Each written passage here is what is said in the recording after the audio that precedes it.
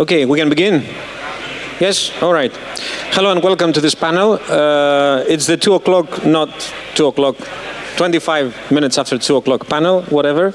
It's not a time travel. Hello and welcome. This is a very interesting subject which will be covered in the panel because we always talk about smart cities, what makes a city smart. And we have learned, I think, even in everyday language, what is the Internet of Things, what are the sensors and the technology and machine learning and all these AI techs which will be used in our cities. But unfortunately, this is not about Thessaloniki, it's about Belgrade. I'm sorry I have to say that to both of you. So anyway, let's start with Belgrade and we'll see about Thessaloniki. Yes? Okay. So with me, Mr. Sotiris Bithas, Marketing Director, Telecommunications and Enterprise Software Solutions at Intracom Telecom, and Ms. Natasha Petrusic. She's the Head of Department for Monitoring and Environmental Protection in the city of Belgrade. Hello, good morning. Hello. Good morning. Sorry. Okay, problem with the time zones. Hello and welcome. How did you find Thessaloniki? Oh, it's really nice. My favorite town in Your Greece. favorite town. Okay, so if you're finished with Belgrade, you come to Thessaloniki then. Of course. Yes? Good. Of course. Right. We agree. First of all, let's describe Belgrade a bit and this cooperation, which is a technical project, and it's not exactly a computer because it's many things together, right? It's not just a new data center or a control room. These are more holistic approaches, as I understand. Tell us some things about Belgrade, the special needs you have regarding the environment and the use of the city. Okay. Belgrade, first, I'm glad I'm here. I'm very happy about that because we have a very, very good cooperation with the Intercom Telecom company. Thank you for that. Thank you. And also, I can say Belgrade is the capital and the largest city in Serbia. There are 2 big rivers, more than 20 small rivers and streams on the territory of Belgrade, 15 lakes, and 2 mountains on the city area. That is big natural values, and we have to protect that values. So from 1974, Secretariat for Environmental Protection is part of the city administration in Belgrade, and we have a lot of responsibility, but today I will talk about air quality because our project is in that area. So we have a problem. One of the biggest problems in Belgrade is air pollution, especially on the winter time. So in accordance with the legislation of Serbia, we need to adopt a plan for the air quality plan and a program for control and monitoring air pollution. So we have our air quality network consists 35 measurement sites. From that 35, 22 is automatically. In our project, we bought 20 new automatic stations. So Belgrade have 17 municipalities. Our idea was that we have to cover all the territory and give the citizen of Belgrade information about air quality in real time and also make a prediction for next 4 days. That was the job for Intercom Telecom. So we finish most of that activities. Next year we will take 5 more stations automatically, and that will be the end for that project. In that way, our citizens have that information, and they can prepare his activities when they have information that air is going to be in the bad quality for tomorrow or for next For health few days. reasons, Yes. obviously, right? Yes, of Health course. protection reasons. Yes, yes. So, how do you choose? Because you described a city which has lots of different parameters. We don't have lakes, for example. We don't have cities with lots of lakes in Greece, for example, or other such environments which are complex: rivers, lakes, mountains. Why did you choose the air part of the smart city to invest on first?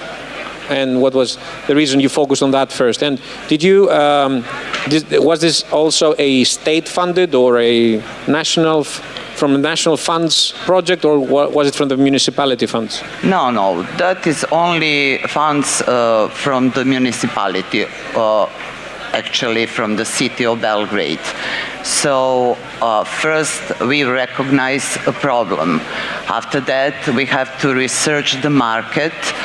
And we have to ask from the city assembly to adopt our proposal. So in last few years, they usually adopted all of our proposals. So one of that projects for our project. So one of that project was this project with the Intercom Telecom company. How did you choose your partner? What was the way by of tenders, choosing? always by tenders. We need, in accordance the law in Republic of Serbia, we need to have tenders. So the same was with the Intercom Telecom. That tender documentation is very detailed. And it's complicated now to explain what is all in that paper. There is bureaucracy, right? Yes. But it's yes.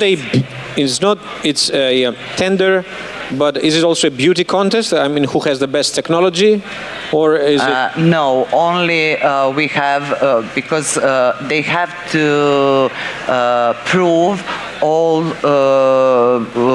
what we wanted to have, and at least we are looking only the price, the funds. Right. So you need someone who has the technical ability to do it, but Yes. also Yes. has the best price. Yes. Okay, which Yes. is also always very difficult for someone to get the job, let's say. Yes. So Ms. Petrusic explained the whole idea and the project. Mr. Bithas, you had to collaborate with Ms. Petrusic and all the people in the city. I guess you have done lots of projects like that, but every project is different. How was this collaboration with the people in the municipality? So first of all, if you allow me, I'll do this in Greek for our audience, but I'll only say good things. So,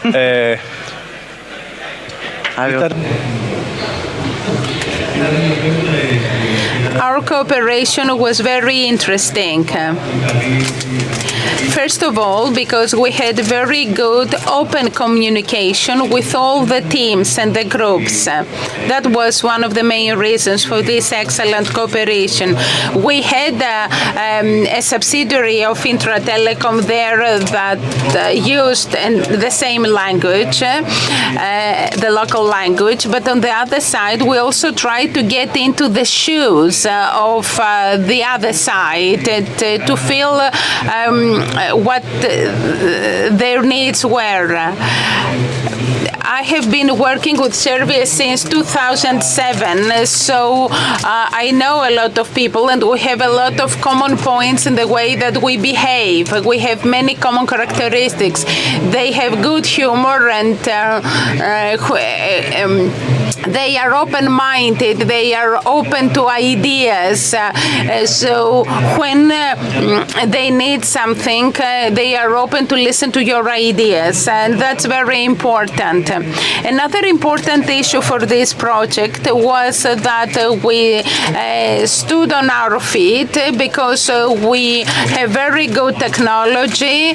We cover telecommunications, platforms, cloud, IoT, analytics, and the possibility to run big, complex projects. These were important factors that helped us to have a smooth progress. The most important thing, however, that helped, in my view, is that there was strong commitment to this project.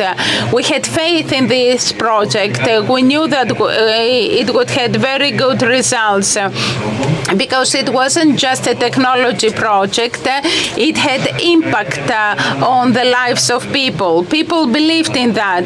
I remember that at the first phase of the project, Christmas was coming, and there was a change on the plan by the client. And instead of having the usual nag, oh, why is this happening? On the contrary, everybody understood the need of the client. They didn't complain at all. They just go down to work and finish what they have to do.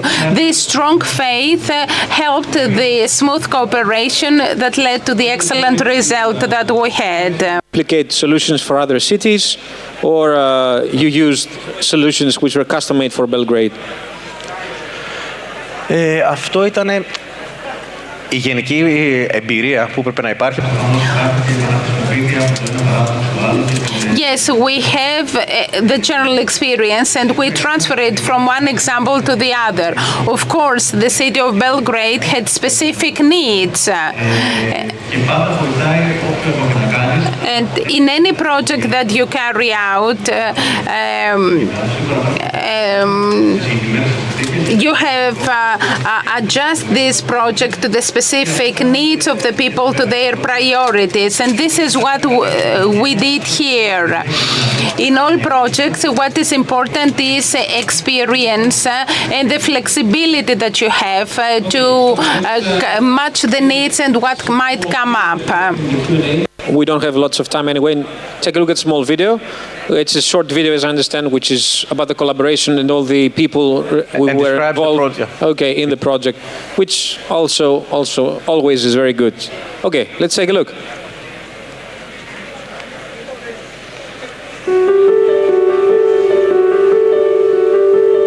Intercom Telekom kao vodeći sistem integrator i solution provider u regionu imao je čast i izazov ujedno da učestvuje u ovom značajnom projektu za grad Beograd, u kome je naš tim za veštačku inteligenciju i big data analitiku napravio rešenje za predikciju zagađenja vazduha u gradu Beogradu.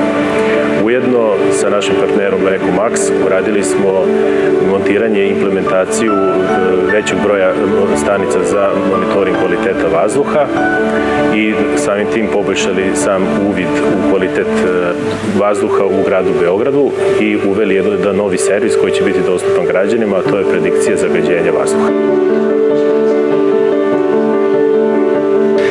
Grad Beograd u svom planu kvaliteta vazduha je kao jedno od mera imao proširenje samih stanica, automatskih mernih stanica na teritoriji grada Beograda koje se bave monitoringom kvaliteta vazduha i ono što je najbitnije jeste da je kroz taj program uveo i jedan deo softvera, a to je softver za predikciju samog kvaliteta vazduha u određenom vremenskom periodu koji u stvari u ovom momentu do sada građanima najviše pomaže da znaju šta će se desiti za nekih par dana i samim tim da sve preporuke koje grad Beograd preko Gradskog zavoda za javno zdravlje dostavlja samim sugrađanima da znaju kako da se ponašaju. Izuzetno smo ponosni na ovaj projekat.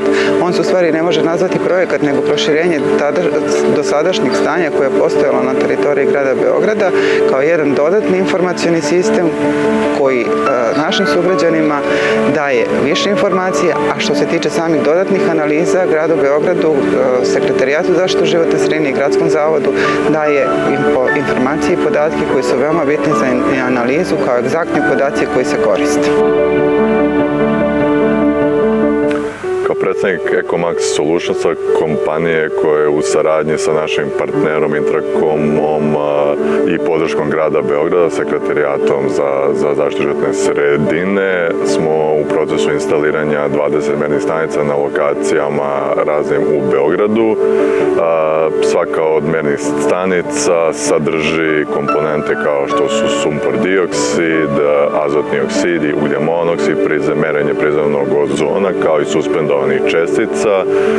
Sve su to automatski analizatori koji mere zagađenja vazduha u realnom vremenu i sakupljaju podatke putem data logera koji se šalje, podaci se dalje šalju na softver za obradu podataka i na softver našeg partnera Intracoma koji predviđa u stvari zagađenje na teritoriji Beograda. Zahvalni smo i našem partneru Intracomu, a tako i gradu Beogradu koji je prepoznao potrebe da se zagađenje meri, a i predviđa i samim tim nadamo se da će projekat da se završi u planiranom roku i da će građani biti zahvalni samim tim što je grad opredelio sredstva za ovako nešto što je moderno i još uvek nema u regionu.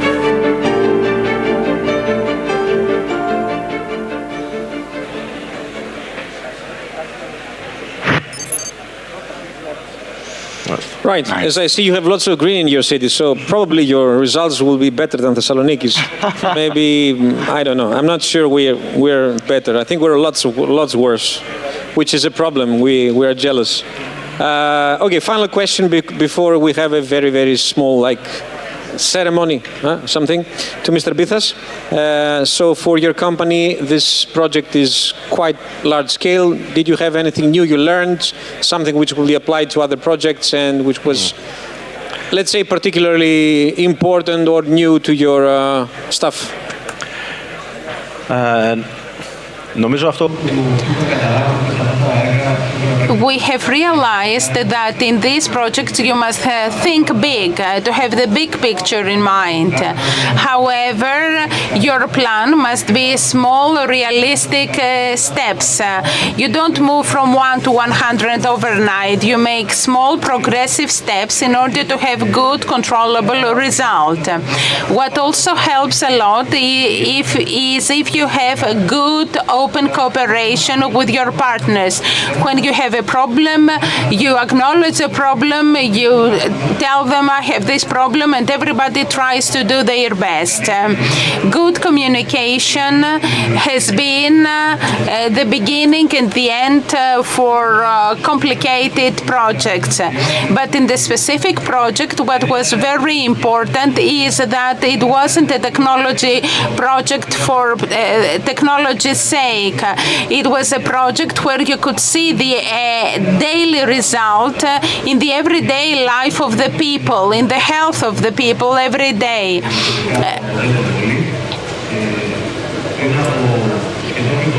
2 weeks ago, we presented the results of the project to WITSA, the World Innovation Technology Services Alliance. We were awarded for this project in the category of Sustainable Circular Economy for the public sector.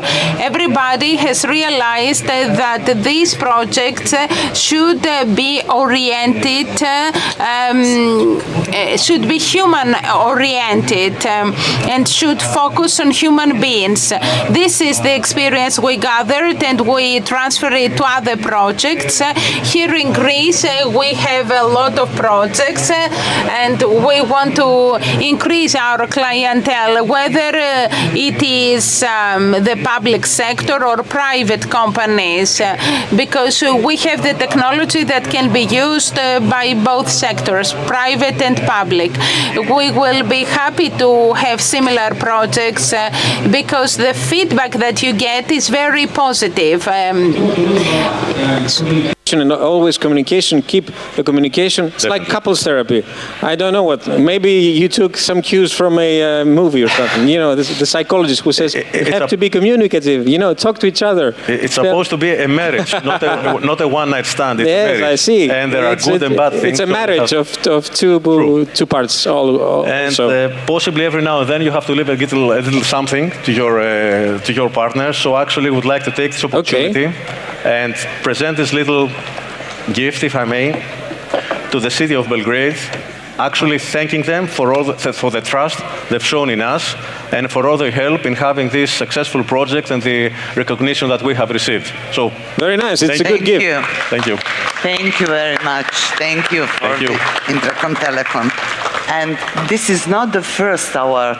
This is not the first merging gift. The second one. It's the second. All right. Yes. We are learning more secrets. Yes. So it's finished. Thank you, everyone, for watching this panel.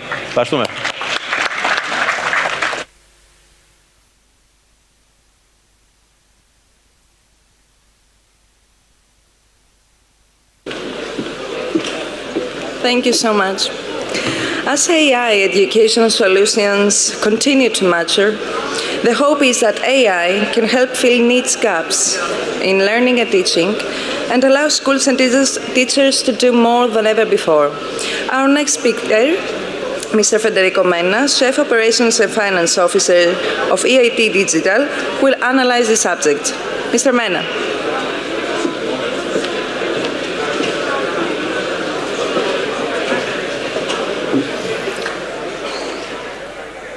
Good afternoon, everybody. Thank you for inviting me to this nice event and giving the opportunity to present our perspective on how technology is impacting modern education. I have to say that when you think about technology and education, there are two aspects to be taken into account. One is that technology can be an enabler for education, and we all saw that during the COVID pandemic when people could take lessons when they were locked at home. But the other, and this is what I will focus on, is the demand that technology is creating for an advanced education system. Let me start from a brief introduction about myself and EIT Digital, the organization that I'm representing today. So we are a knowledge and innovation community of the European Institute of Innovation and Technology. We have been set up in 2010, so we just turned 12. We are a public-private organization, so we are supported by the European Commission through the EIT, but we also have a network of partners that are SMEs, corporates, research organizations, and universities across Europe. We have about 350 partners across Europe. And we run an ecosystem that covers 19 cities, 18 in Europe, plus an office in Silicon Valley. And on top of this ecosystem, we run innovation and education activities. So in the innovation side, as you can see from the slide, we support the creation of the new generation of technology ventures from the stand-up phase through the startup phase to scaling this up at a European level and a global level. But more important for the discussion of today is our talent and skills pillar, the education pillar. There we have a master school where we train master school students through a double degree done in different countries with on top of the technical education, innovation and entrepreneurship education. We have a professional school to keep the workforce at the pace of the digital transformation. And we have a summer school, which it is given by the name. It's a summer program, 2 weeks for young students or young professionals focused on clear use case and business cases defined by our industry partners. But let's focus on the topic of today. So, how technology is impacting education. As I said, technology is enormously driving the demand of digital and technology skills. It was mentioned in the introduction, AI is becoming really pervasive across all sectors of society and economy. It's enabling new business models to be created, is enabling new industries to be developed. Cybersecurity is becoming more and more important, of course. And most recently, we all saw how important it is to know and master semiconductors technology. Over the past 2 years, I think all of us have been exposed to the European shortage on semiconductors. So all these technology are essential for the development of society and economy, and even more important for us as Europeans. And this is also acknowledged by the European Commission. In the so-called Digital Compass, the European Commission is saying that 80% of adult population should understand technology. That's not only about having top experts, it's about understanding the implications that the technology can have in our daily life, meaning that we have to start early on to teach cybersecurity to children in school, AI, and so forth. When it comes to the specialists, the target is to have 20 million specialists in Europe on digital technologies. And of course, we also need to close the gap between women and men in the specialist employment. What we did at EIT Digital, we analyzed the current landscape of education in Europe, and we designed a few scenarios on how technology and education should hand in hand move together in order to meet those targets. And you see them on the slide. I will not have time to go in detail, so you can download the report and read all the findings. But I like to focus on a couple of elements. So the first one is that you can move from an offering that can be very narrow or very broad, and on the other side, it can be very traditional or very responsive to the changes in the technology landscape. Of course, ideally, if you look at the chart, we would hope for a digital plenitude scenario where we have the broadest possible offer, hyper-responsive, but then of course it comes at a cost. So given that budgets are limited, public decision makers should probably move along those lines based on the specific needs. But let's go to the findings. So if we want to achieve what I said before, I think there are 3 priorities that are crucial for Europe. The first one is that the public education system, mostly primary school up to the university, needs to modernize. The programs on technology are outdated. And if you observe the pace of the technological evolution, this is more important. I like to say that we are training our students on technologies that have not been invented yet. And they are probably addressed to solving problems that are not existing yet either. So we really need to be responsive and be able to respond to the market needs, to the technological development, but also we need to invest in connectivity and in new trainings to make sure that we modernize the system. The second element is that if you look around, we have a lot of programs, private, national, European, public. The member states are having a lot of initiatives. But we often see a mismatch when we observe the connection between the public and the private. So very often they are competing against each other. In an ideal world, in what we want to achieve by 2030, we need this to be complementary. So the non-governmental providers should really broaden the scope, align with the public offering, and align the topics and the targets. It's also crucial to define partnerships, of course, to make sure that there is a match between the two. And then last but not least, and that's also in line with what we do at EIT Digital, we need better orchestration at the pan-European level of these initiatives. So we need ecosystem, they need to network together. And we need to all this ecosystem to work together. I'm part of the European Institute of Innovation and Technology. There are other similar ecosystem around the European University Network, for example. These players need to talk together. There should be an overall orchestration at European level. And this would definitely help in improving the quality, efficiency, and of course the effectiveness of this program. And we truly believe that with these ingredients, if we move along those lines, we can make those targets that I mentioned before and even more. And that is really our ambition, is that this happens in Europe, because we really think we have the best technology and we have the best education possible. So that's my short summary. You can read the report, download it from our website. And of course, if you have any question, I'm available now or later on during the networking part. Thank you.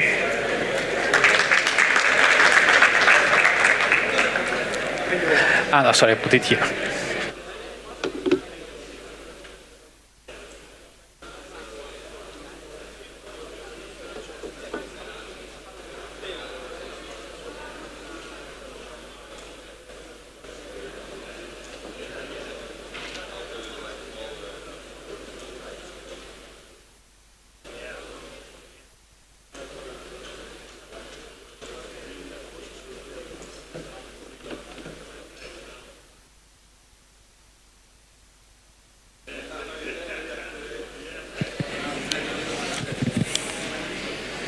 Καλό σας μεσημέρι. My name is Dimitris Valis. I'm a journalist at HuffPost Greece. And I have the pleasure to host the Secretary General of the Ministry of Digital Governance, in charge of the IT systems for public administration, Mr. Demosthenis Anagnostopoulos. Mr. Anagnostopoulos, in a previous discussion of ours, we talked about interoperability systems. Mr. Pierakakis said that we are already experiencing this. There are already procedures put in place for the transfer of vehicles in a digital way, and now we come to the transfer of the ownership of properties, of real estates. Let's focus on interoperability to understand what is going to happen in the near future. First of all, thank you very much for the kind invitation. I'm very glad to be here. I will try to be as clear as possible, because you have had many speakers, so it is good to talk in a very clear and tangible way, to see where we're standing and where we are going. At the stand of the ministry, you can find the Secretary General of IT systems. You can see a screen there showing the number of digital transactions that are taking place annually. The minister said that we started with 8.8 million transactions in 2018, that we had 94 million, 567 million transactions last year, and this year we are forecasting that we will reach 1 billion transactions. These transactions are taking place for two reasons. First of all, because any of you, and from those who are not in this hall, are entering a service of GovGR, and they do whatever they want. For example, they make a solemn declaration or a statement to the national system. And what is lying behind, the elephant behind all this procedure, is what we are doing as public administration for the citizen, because the citizen wants to and because the citizen requests by making his search. What does this mean practically? When you are entering Fuel Pass in order to receive the subsidy for the increase in the fuel price, we have to check if he is eligible or not, if the car and the vehicle is his own or not, if he has paid his circulation fees, if the car is moving or not. So everything is done automatically. We have to check all this automatically. This means that the citizen does not have to go to a public service in order to take document, and he does not even need to enter an e-service in order to download a document and send it scanned to us. So in the past, one should go with a whole file of documents in a public service, waiting at the queue, waiting for the employee in order to deposit, to submit a file, a pack of papers and documents.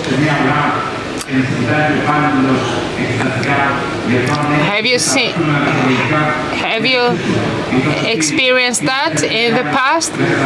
Because you may have to go back the other day because you don't have all the documents. In the last years, we do not experience such situations. This is why these services are not successful, because the citizen is applying, he's sending a request, and everything is done automatically. This is why we have an interoperability center. This interoperability center takes care so that if a citizen needs to take some data from the citizen's register, because his name is Demosthenis Anastopoulos of Itsanos Sotirios, and this data, these details must go to the tax authorities. This is done automatically at the moment that the citizen wants, and it is done automatically. So from last year's transactions, these 567 millions, what have we managed to do? The key achievement is that most of them are not transactions where the citizen must log in, but most of the transactions are done behind the scenes.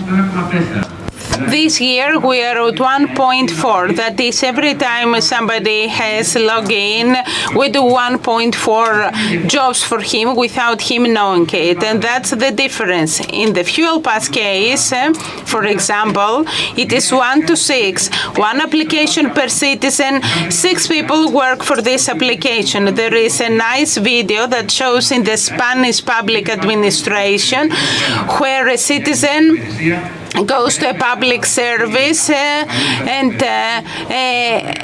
every time she listens carefully to the public servant to see if she will be served and if all her papers are correct. That's a funny video. It's worth seeing it. This is interconnectivity. We have done a lot, but many things must be done.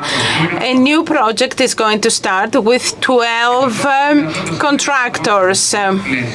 So we will give these 12 contractors the possibility to materialize all those things that should be done. This is starting now. The budget is 24 million.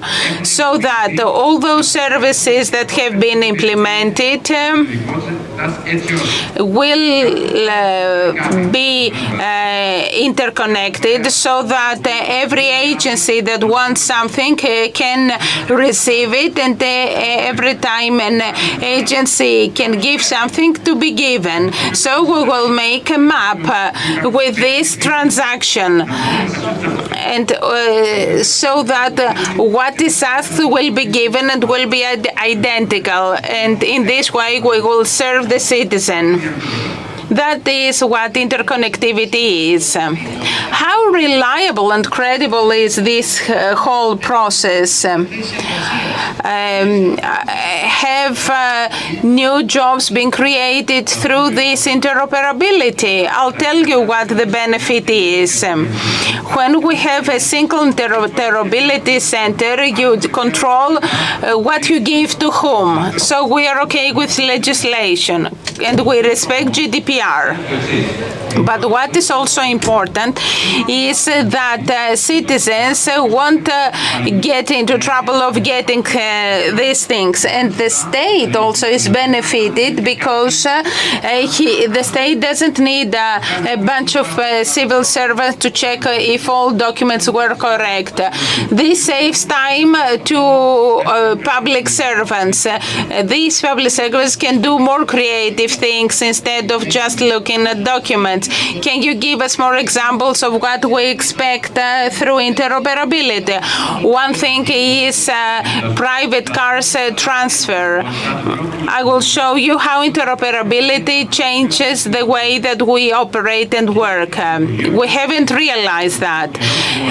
Wallet came out of the ministry a few months ago. It gives us a possibility to have our ID and our license, driving license on our mobile phone, right? We're happy with that. But in the end, what greatly changes the way that we operate on our daily life is that it's not that we can see here our ID and our driving license, but it is how the check and control is being done. The check is not done by showing the ID here. That's not the important thing. You can show your ID as an image. What changes is that a QR code is created when you press on it. This is scanned by somebody, and that somebody tells you that's a valid ID. It is not a scanned photo of your ID that you show and you say that's my ID.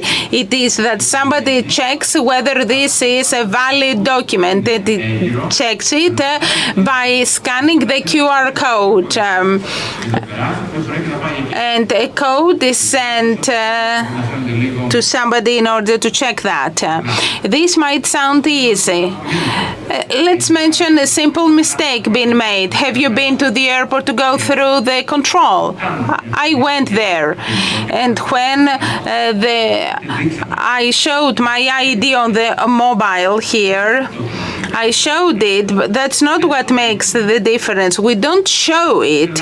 That's a mistake. The control has been done by scanning, through scanning, because somebody else might show a photo.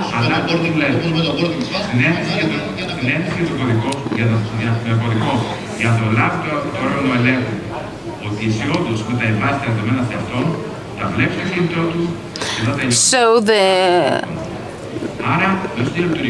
through interoperability, we change our daily life. And last summer, what did we do with our mobile phone? We went to the beach with our swimming suit and our towel and just our mobile phone, because what was needed, if we needed to show our ID, we could show our mobile phone, and if we wanted to buy something, we just used our phone to have all our electronic purchases, because this is what you need in your daily life.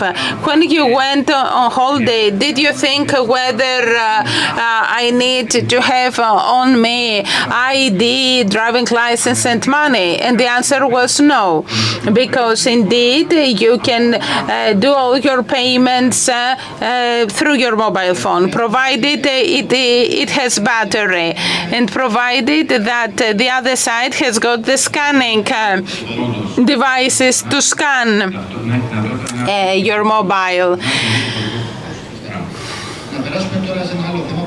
Let's move on now to another important issue.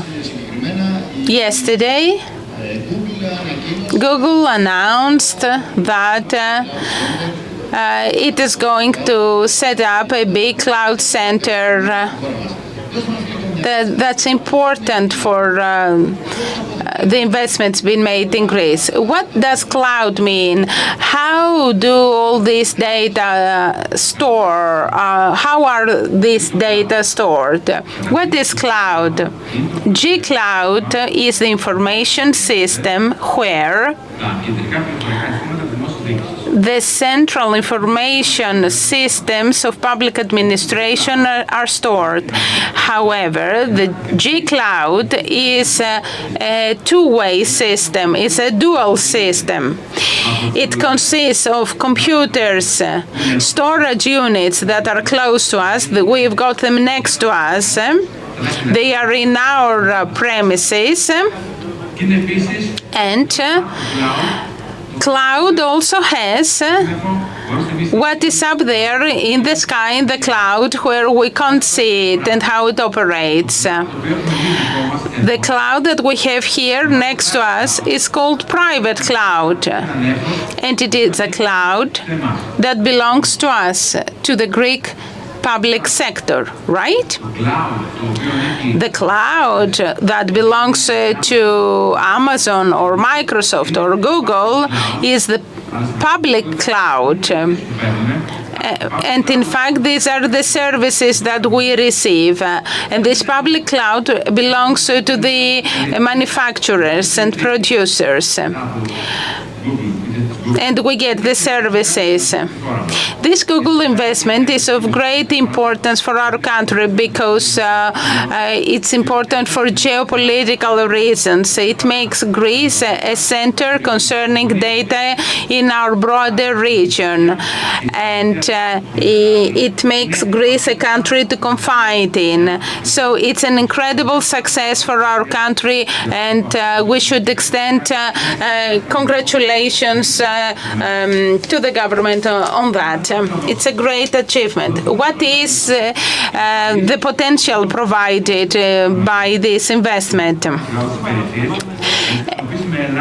The public sector and anyone who will use this public cloud services will receive this with very little delay. And if you want to make something short and flexible, you can go and upload it, and you can download it and try it. It offers a lot of advantages. Of course, some people are skeptical about what public cloud is. Some might think that data might not be safe, but there are regulations about them. And we as politicians, we want to have a hybrid cloud where we will have a combination of private and public clouds. For example, open data or data that have no grading might be in the public cloud because there is no problem at all. Therefore, I don't want to tell you that this might be there and the other there, but one might get the best from private and public cloud in order to do our job. And that's the mandate by the EU, multi-cloud approach and hybrid cloud. That is hybrid cloud, which means both the private and public cloud, and multi-cloud, that is to have the possibility to have several different suppliers. Thank you very much, Mr. Anagnostopoulos. We're running out of time. I believe that a discussion on digital transformation is endless. So many new things are entering our life that will change our lives. I thank you. This is a struggle that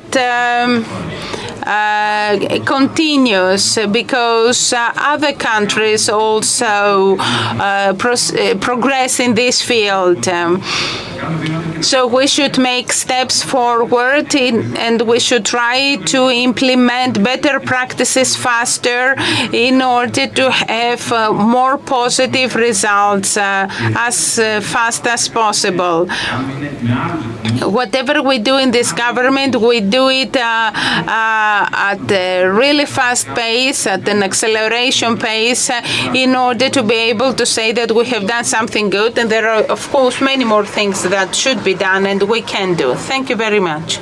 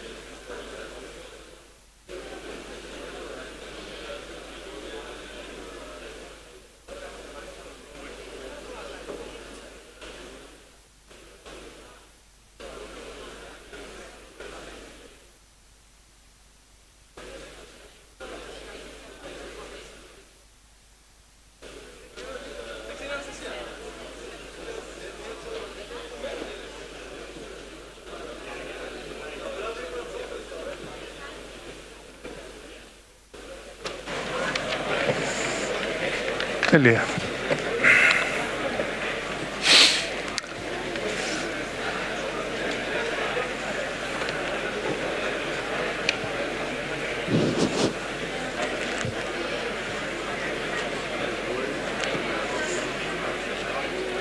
Εντάξει, ξεκινάμε.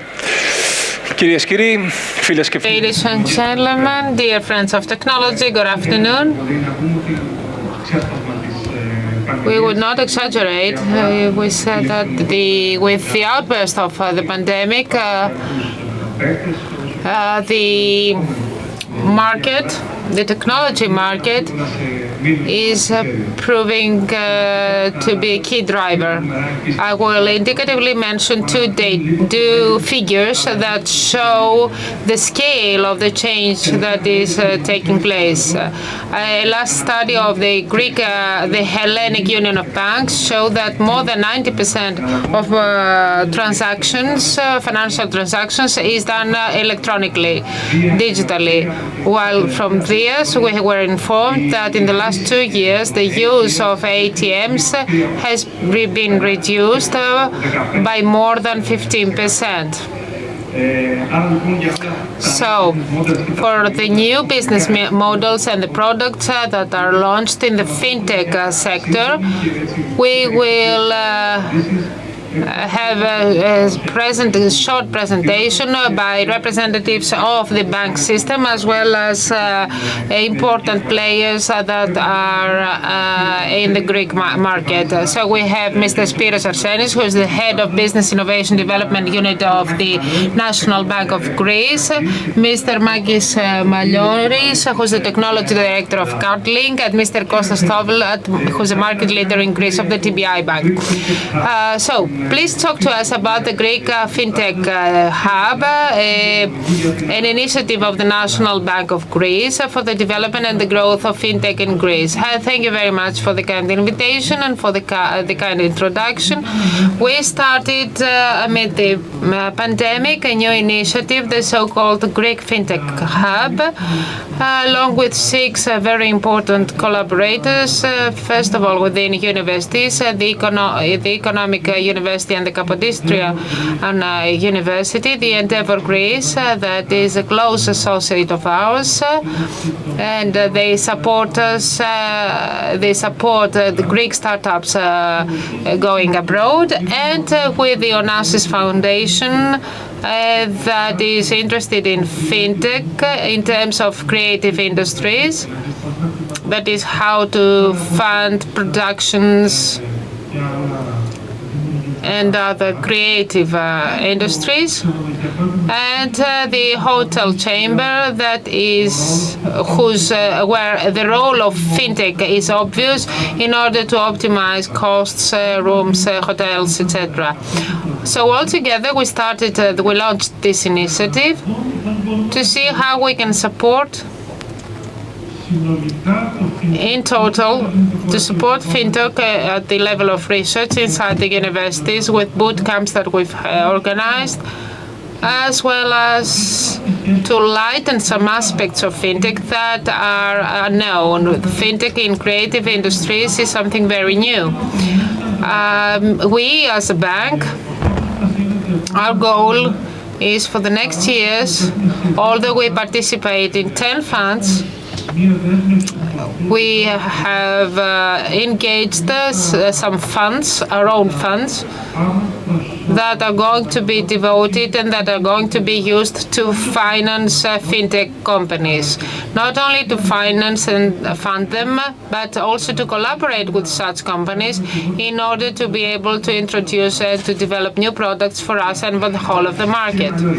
Mr. Malioris, in this very dynamic milieu and environment that we are all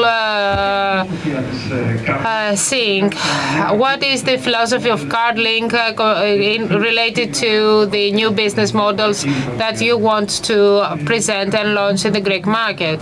I will start my answer by going back 2 or 3 years ago when, as a company, we realized that we could use smart software, the Android software, in order to build a safe and fast terminal. After 2 or 3 years, and a successful track record of this terminal, we created an application for transactions. So behind this application is a huge security pattern. So we have managed to achieve the goals that we had set back then. But what is hidden behind is a business model that relies on the concept of platform. It's the so-called application store. So it's something that we call card-link store, on which we want to build, and we're already building an application environment, including applications, our own applications, as well as applications of other selected suppliers. So this will be a set, this will be an ecosystem that will be available to merchants and businessmen who will have these card-link applications, and they will be able to host other applications as well that can be used for ticketing or for payment, or it could be a loyalty application, whatever they want. So there's a huge scope. We can build many things. We can develop many more things, and already we want to complete 30 applications on this platform. And next year it will be a huge increase in the number of applications, because we are finding more and more new things that we can add on that.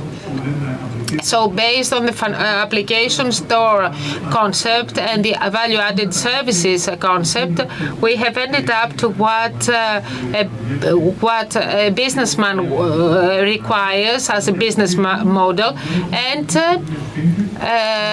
we want to support new fintech and safeguard a win-win situation for all the players in the market. Mr. Deauville, DBI Bank has recently entered the Greek economic reality and our lives.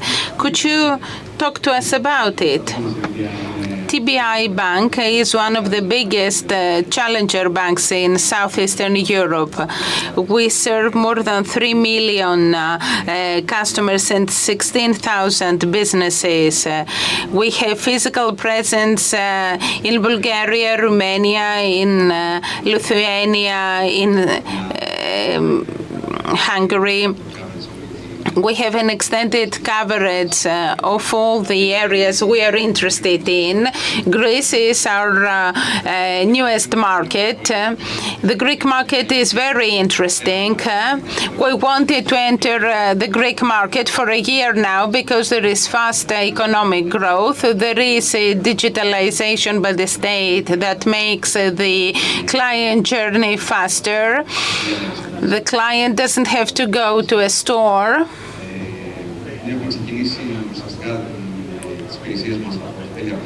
Actually, we started operating since the end of April. We have got so far 1,000 partners, and this is increasing.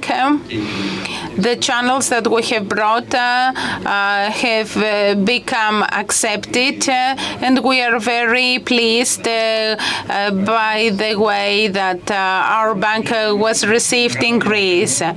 Everybody wants to listen to what is next with great interest. Mr. Malioris, what are the new trends that will shape the environment that we are talking about in the next year? One of these new trends is a challenger bank that has come to stand vis-a-vis the old business models. But if we see it from a different point of view, because we talked about speed, we should also evaluate two important factors. The first one is that everything around us changes really fast. After the beginning of the first lockdown 2.5 years ago, up to current days with the Ukraine war and the energy crisis, I think that history has been written so fast. So what happens abroad will appear in our country sooner or later. Therefore, we should take it for granted that some trends that exist abroad will become adapted in Greece too. The second point is that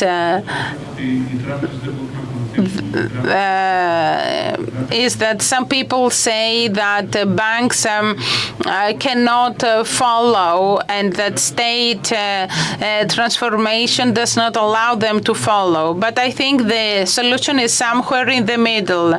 Banks follow the model of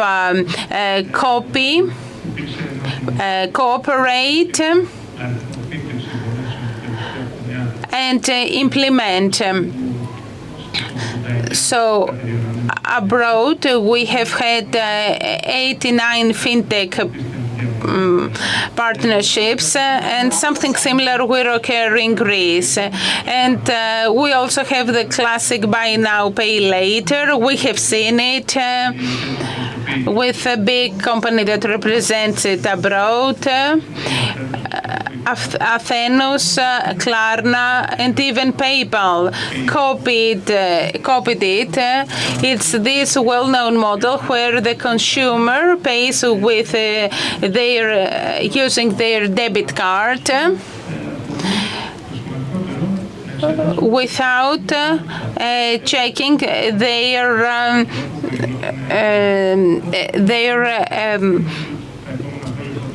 money solvency as it happened in the past. There is also what we call open banking that will be thriving in the Greek market as well, that is using the bank data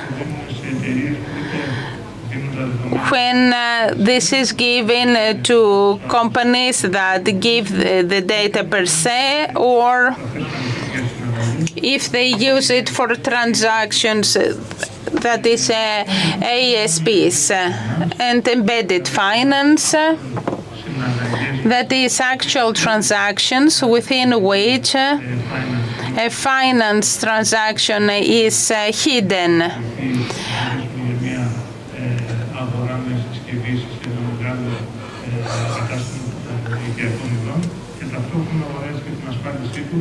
So let's say that you buy an ATM device and you buy the warranty as well.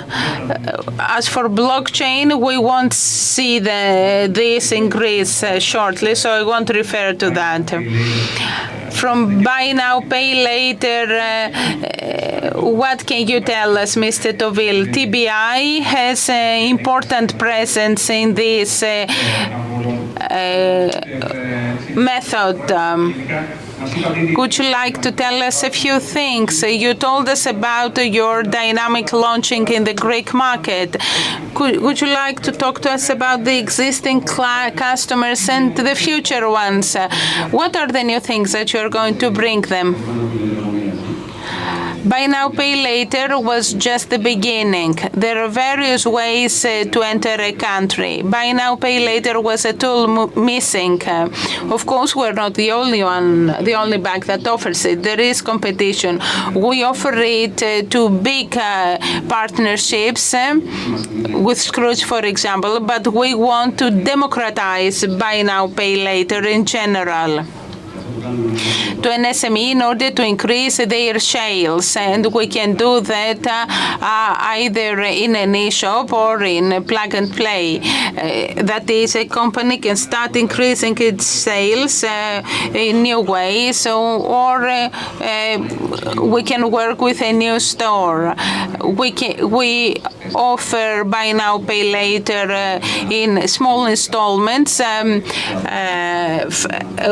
interest-free, or with a low interest rate. Recently, 2 days ago, we launched our consumer loan that is free for the whole market. Anyone can enter our website, make an application, and completed it in just a few minutes using only their ID. The mobile app is something new that we are going to have that shows all our clientele. So the target for the beginning of 23 is to have the bank on the mobile phone of our client. And we want TBI to be a mobile bank in Greece. National Bank of Greece has invested in innovation. Were there any cases where you were proven right when selecting and supporting one of the awardees in these tenders, in these competitions? This year, it's the 13th year. It was a very long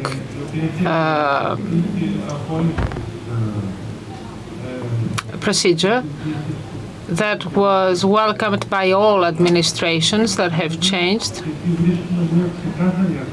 because we can identify that there's a clear value in this procedure. We are in fact transforming the bank, and bank is getting closer to innovation, fintech, and all these things. We have many cooperation schemes between the bank and our winners. We are the first bank to have crowdfunding platform based in Greece. This is fintech, and this is also innovation of our bank. 2 years ago, amid COVID, we used the technology of a company that was the winner in one of our tenders or competitions. They were making all the necessary checks in order to open a new bank account, and so we have created this customer onboarded without any need to visit the physical presence in the branch. So all checks, all back office were performed by this associate of ours. So this is a purpose, this is a target for us, this is our objective. What we're looking for the next years is to identify similar startups, innovative startups that will help us either develop new products for our customers or improve internal processes and operations. At this moment, the bank is assessing a cooperation scheme with 3 new proposals that have been participating in our competition this year. The pilot programs have been successful, and we move on. So in the daily operation and life of the bank, we have included this procedure that delivers added value to us and to our customers as well as to our economy. I think all the customers of the bank system are close to dramatic changes in our daily transactions. You have described what we are going to deal with in the near future and how are we going to deal with our transactions. We would like to thank you very much for your presence and for this very interesting overview of the future of bank transactions. Thank you.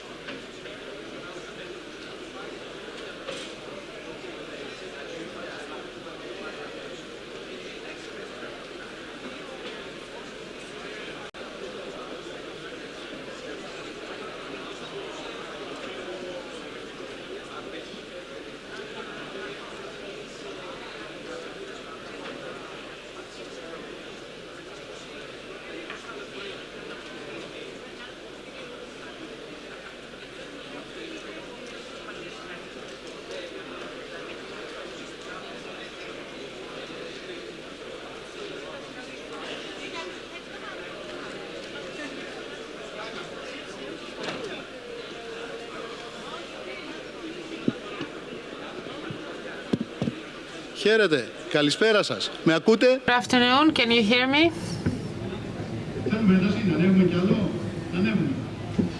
I will speak louder, says the speaker.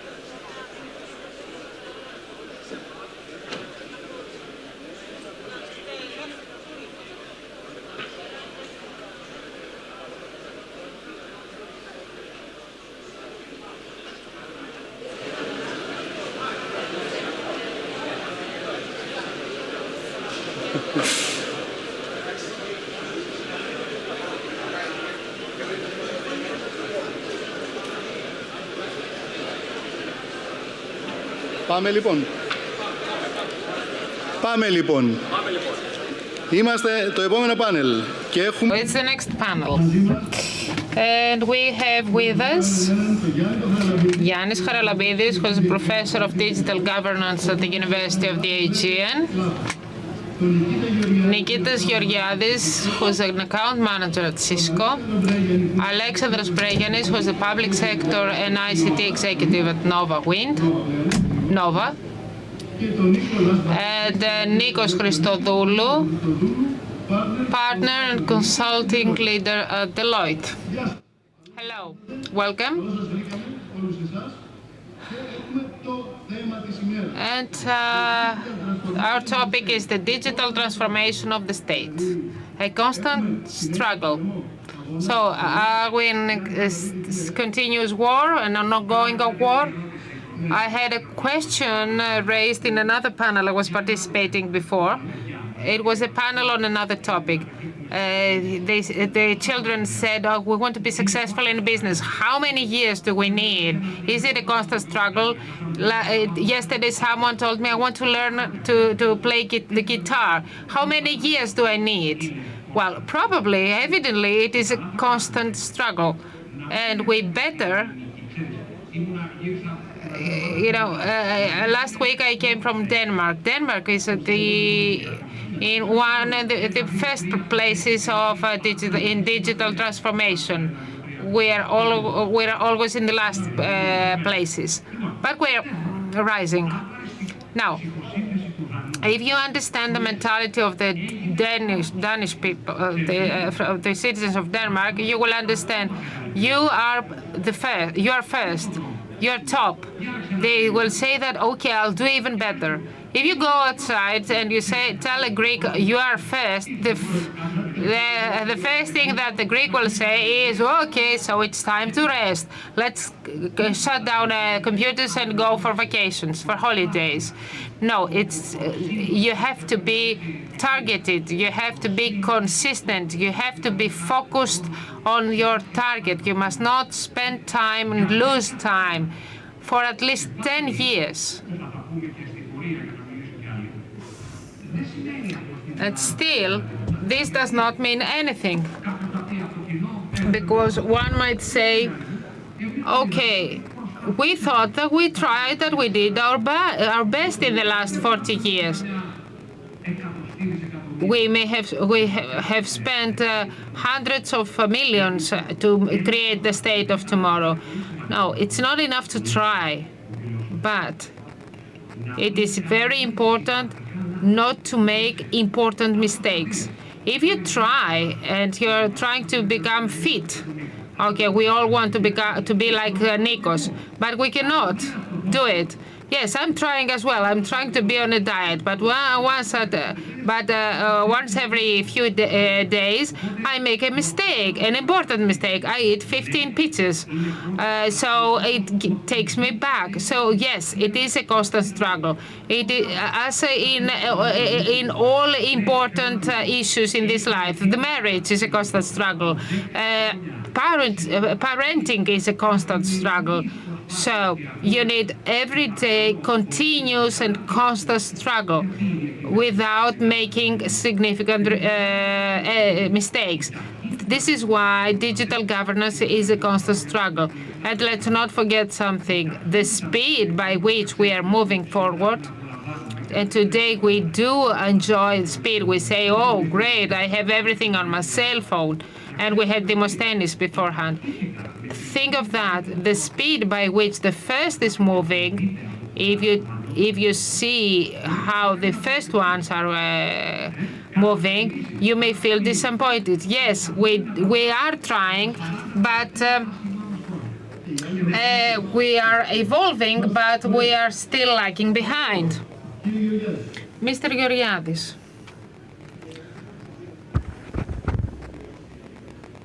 Δεν ακούγεται καλά μου. Εντάξει. Τώρα είναι καλύτερα. Πάμε. The panel, the topic includes the word struggle. I think that struggle has a rather negative connotation. I will try to see the positive point of view, because we have two incidents, two circumstances right now. One, on the one hand, we have the pandemic. On the other hand, we have the recovery fund. Due to the pandemic, many things moved forward when everything was stuck for years. And this makes us think that we were looking for a triggering point. So through a struggle, in this struggle, there was something negative, that is the pandemic, that motivated us, that made us create new things. The digital state. The battle, we have not won the battle, but we took a leap, a big first step. And I will give you a first example that is related to my company. Cisco was one of the technological suppliers of Syzyx-2. Syzyx-2 is a project, a state project, that interconnects all public buildings and public bodies. When the project was designed and announced, and the speeds were announced, everybody was talking about pharaonic projects of huge speeds that could not be attended, could not be managed and achieved. But today, it is something that we can easily achieve, because we have such speeds in our houses. So time needed back then, this project was considered to be something that we could not, unmanageable. But now it is even considered obsolete. So time does not allow us to be up to date. I think the struggle must be constant. It must be harsh.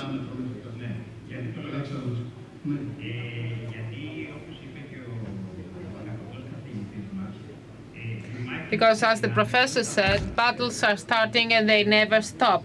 We have to fight all the time. We have taken important steps over the recent years, the private as well as the public sector, and especially the public sector. But as the minister said, we are still at the beginning of the tunnel. There's still a long way ahead of us. And for this bet, this collective bet, we all have to support this bet. We at NOVA, we are trying to show this in practice with the investment that we have announced recently.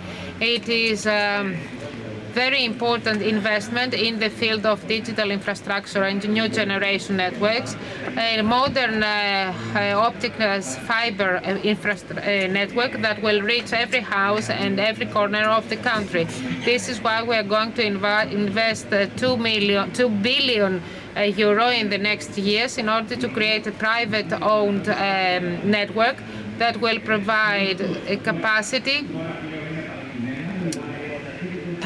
huge speeds of gigabit that we need in order to work and in order to have fun.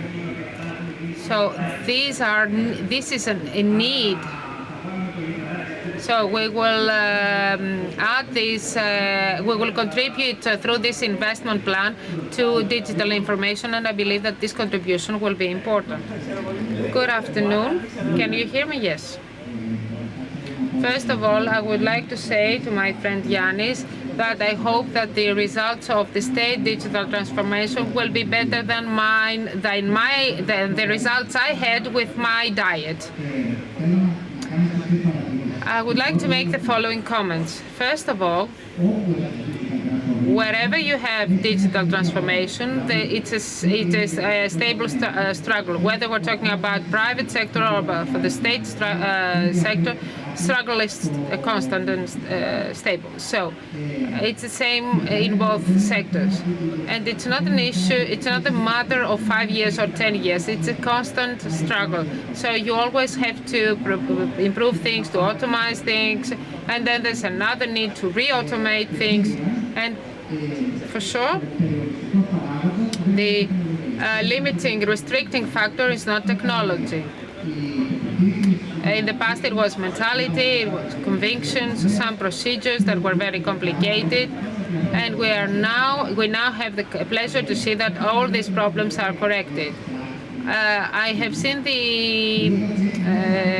I saw that struggle is forceful, it is violent. It means something forceful and violent. I don't believe that we need this kind of struggle. We need we need persistency. This is what we're evidencing right now. The results are very good already, but we need to continue our hard work. Second question. What is going to happen? What should have been done? If you have the power, all the power in your hands, what would you do? How could you reach the others? Because we said that we're lagging behind. I thought, Yannis, what are the areas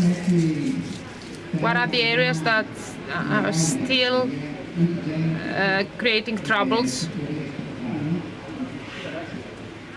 and challenges for the citizens and the state? I identify 3 areas. The first one is justice. We all know that. We need to simplify procedures, and then we need to digitize things in the field of justice. The second area is the area of health, private and public. So the citizen must have much less trouble than today, and of course electronic prescription must also be developed, etc. And the third area is the area related to the property of Greek citizens, that is the transfer of ownership and the land registry, etc. And when I think of what is hiding behind these 3 areas, are the lawyers, the physicians, and the engineers. Probably inside or outside the parliament, all these 3 professions are creating trouble to all of us. So I believe that we should focus on these 3 large areas. I will add another area. Education, the education and the educational system. I will give an example. When we provided the WebEx platform, in fact, we gave the opportunity to 150,000 teachers and millions of students to have their classes, but we saw that either there was no material, or the way, or they didn't know, they didn't have the culture. Okay, the lesson is performed in a different way when it is remote. So we had the technology, it solved the problem, the practical problem of how to perform, performing the lesson. But it is totally different to keep the interest of students and how you should teach through a remote, during a remote lesson. So the way by which we're communicating things is equally important. So a tool is not enough per se. We need to be able to use it properly. Okay. I think that we should not leave any domain or field beyond digital transformation, especially in the public sector, because all public sector fields need it. We should try to focus on the points that cause trouble to citizens in every field, education, justice, and so on. And we should simplify everything and then move on with digitalization and not vice versa, because then more bureaucracy is caused. This has started being carried out thanks to the policy announced by the Ministry for Digital Governance and the cooperation with the companies. I would like to mention a project that will help to this end. Right now, Space and we run a project that has to do with teleconferencing during court trial. That is to have remote witness examination and so on. And also to be able to be informed electronically when this trial will be held. This solution will give a solution to the waste of money and time that exists in the justice sector. This will simplify life and has an impact on economy and growth. This is how we should move on in all sectors. We should focus on each step in bureaucracy and simplify it and digitalize it.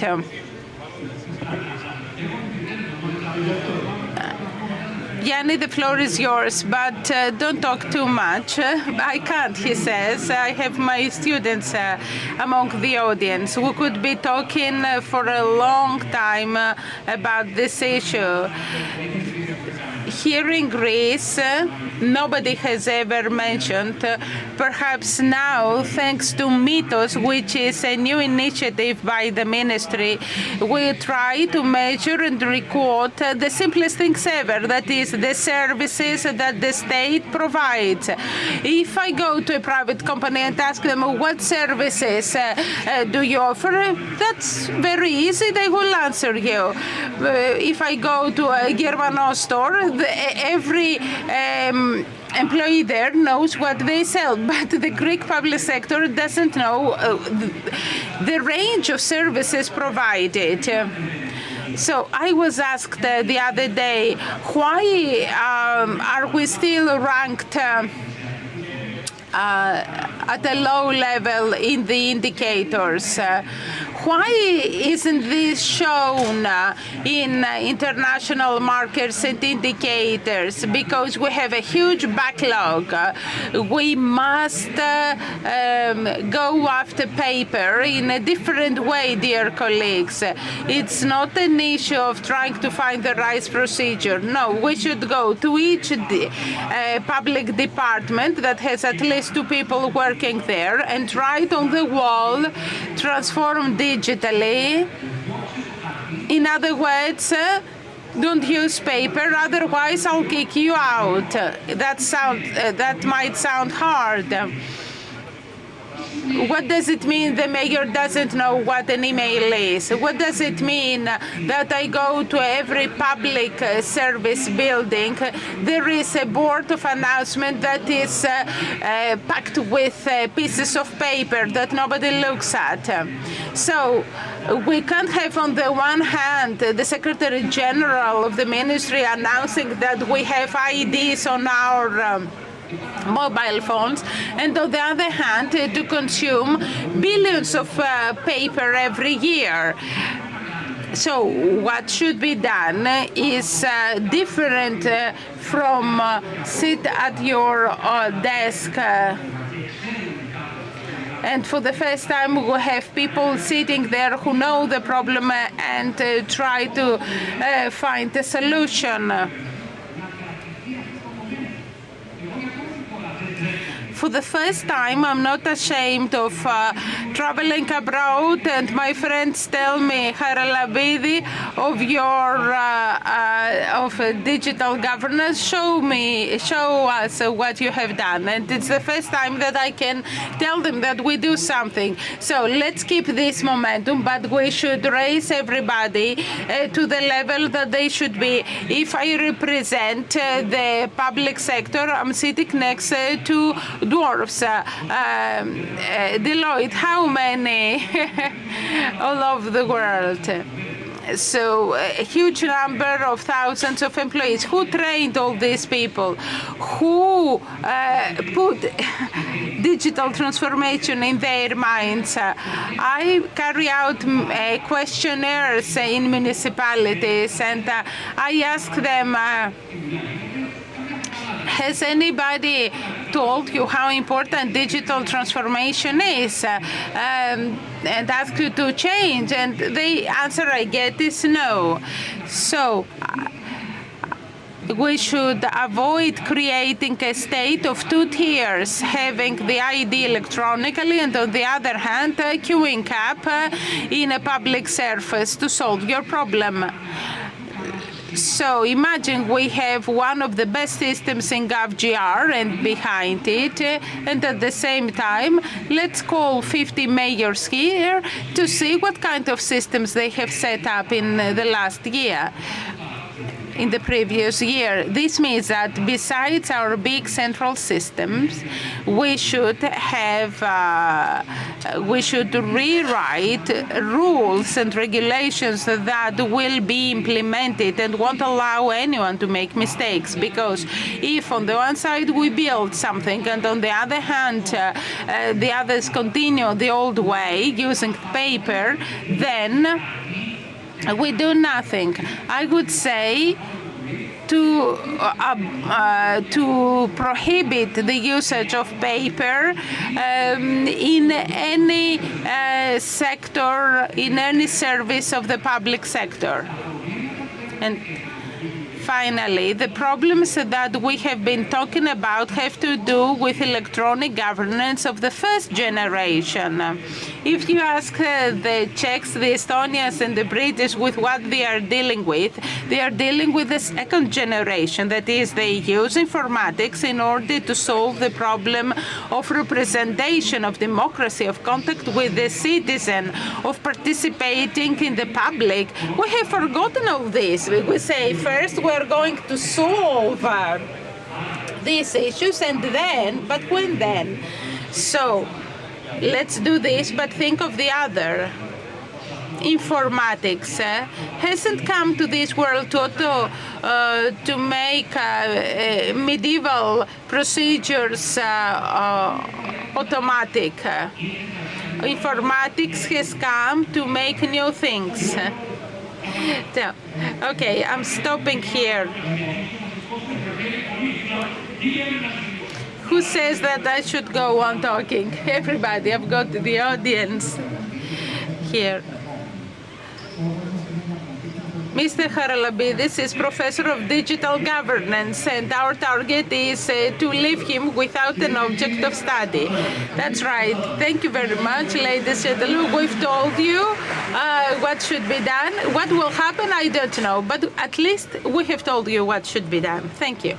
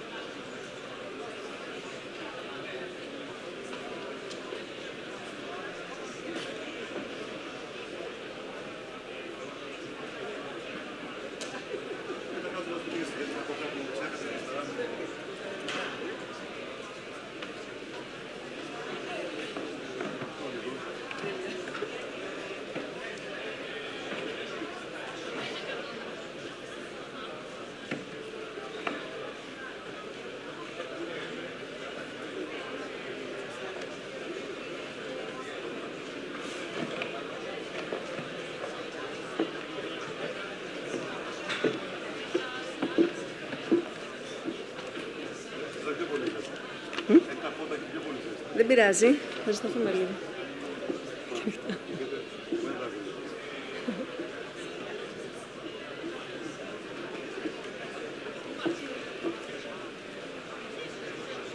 Σε αυτά εδώ.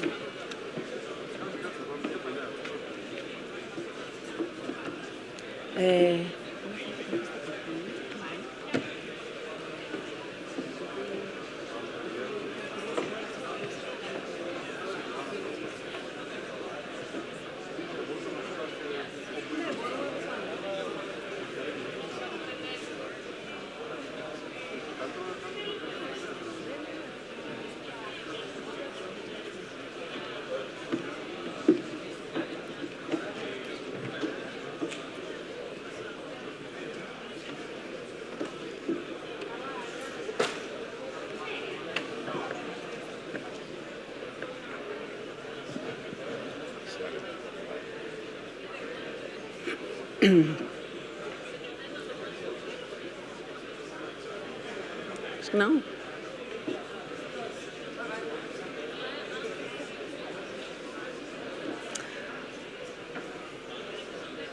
Κυρίες και κύριοι, Ladies and gentlemen, cities are changing and they're integrating new technologies to improve the quality of life of citizens with sustainability terms. And since smart city, the term smart city is included in our daily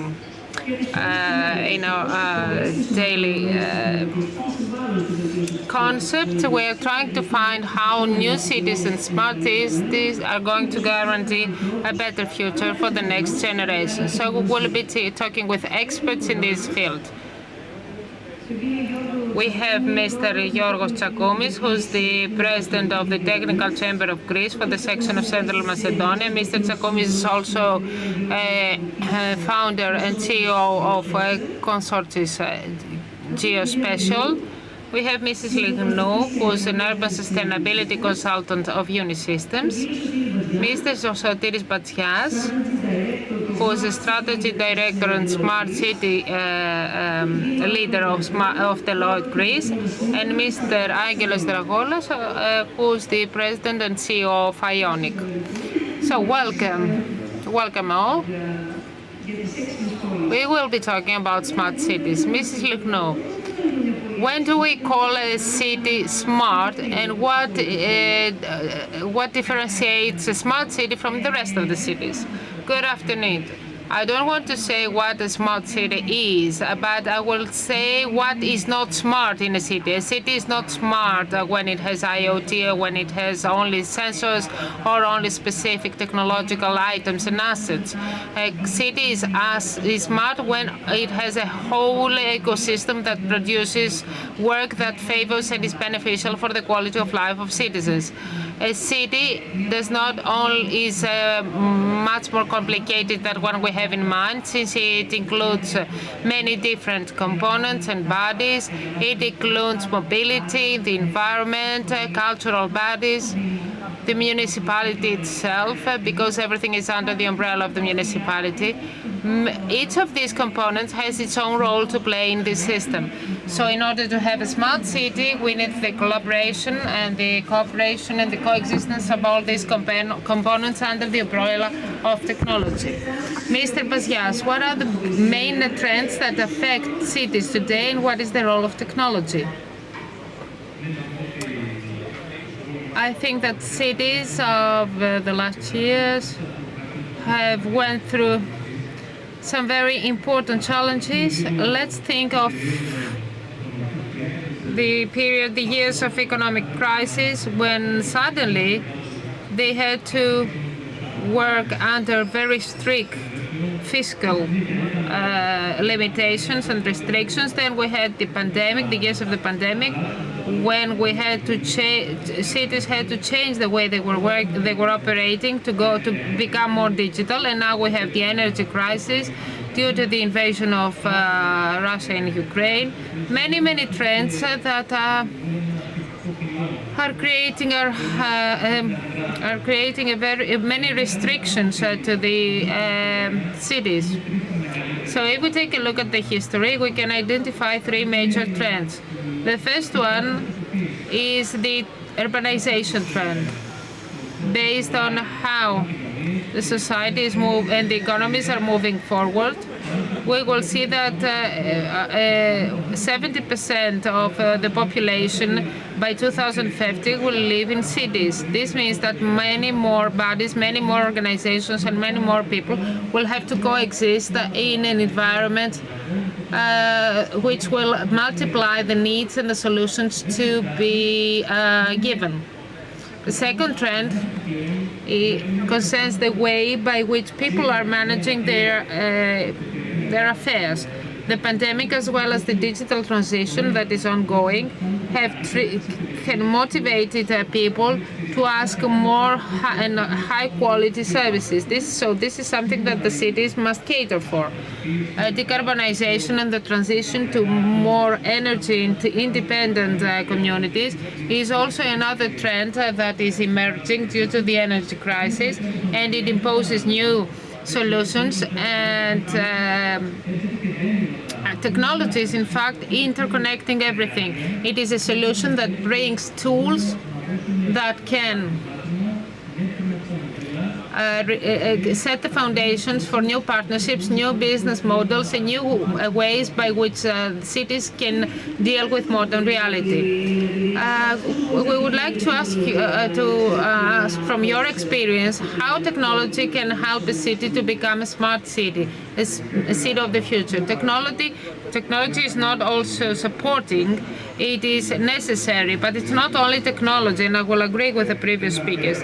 It's not enough to use dispersed components, technological components such as smart applications or sensors, but we need an integrated, comprehensive and holistic planning and design. The city is an organization, it is a body, it must be smart, and it must be able to provide the highest possible quality services to its citizens in a digital way. But it is a multifactorial issue. It concerns the environment, transport, energy consumption. So to call a city smart, it's not something simple. It's not a single component concept. It is a continuous process. One city can be smart and it can become smarter in the future, etc. At this moment, we don't have any smart cities in our country. But it's also involvement and participation is very important. The administration bodies must support and promote the smart city concept. And citizens must welcome this concept. Yes, technology is the tool, is the means. And energy. Now, you have know-how in energy. What does it mean when we're talking about smart mobility, smart water resource management, etc.? We dealt with management of water resources, infrastructure, sensors, and meters available. Water resources is the most important natural asset that we have to safeguard, protect, improve, and help the organizations, the water supply organizations, to improve the services they provide to the citizens. So the management of these resources will largely help consumers to meter the consumption of their water consumption, the authorities and the bodies to be able to manage the networks in a better way, because energy is equal to water and water is equal to energy. So amid this energy crisis, all the water supply and water management bodies in the country have huge problems due to the high cost of energy. So we have all to be very careful. It is a very important issue for the water supply bodies and authorities. They have to identify their needs. They have to improve the management of water resources in order to save water as well as energy. Mr. Petias, could you tell us a few things about administrations and their role? How can city administrations deal with the perspective of a smart city? City administrations have always been very active in managing hard situations and adverse conditions. From our experience, this is happening in two levels. First of all, how are you going to deal with a crisis, something that comes as a shock? So you need the necessary operational reflexes in order to deal with this emergency crisis. And on the other hand, we need more long-term planning. Planning for the long-term problems such as unemployment, economic growth, etc. However, I believe that today, despite the complexity of problems emerging, cities and their administrations must work in a multi-level, at several levels. So administrations have to manage the problems at different levels, and allow me to mention two or three of them that are very critical, and they must be part of the main axis on which cities will plan their future. The first role is the role of the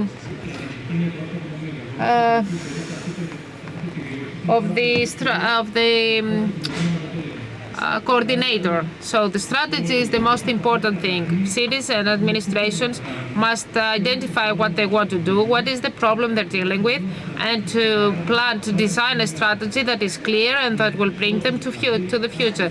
That is to coordinate something they're going to implement later on. The second role is the role of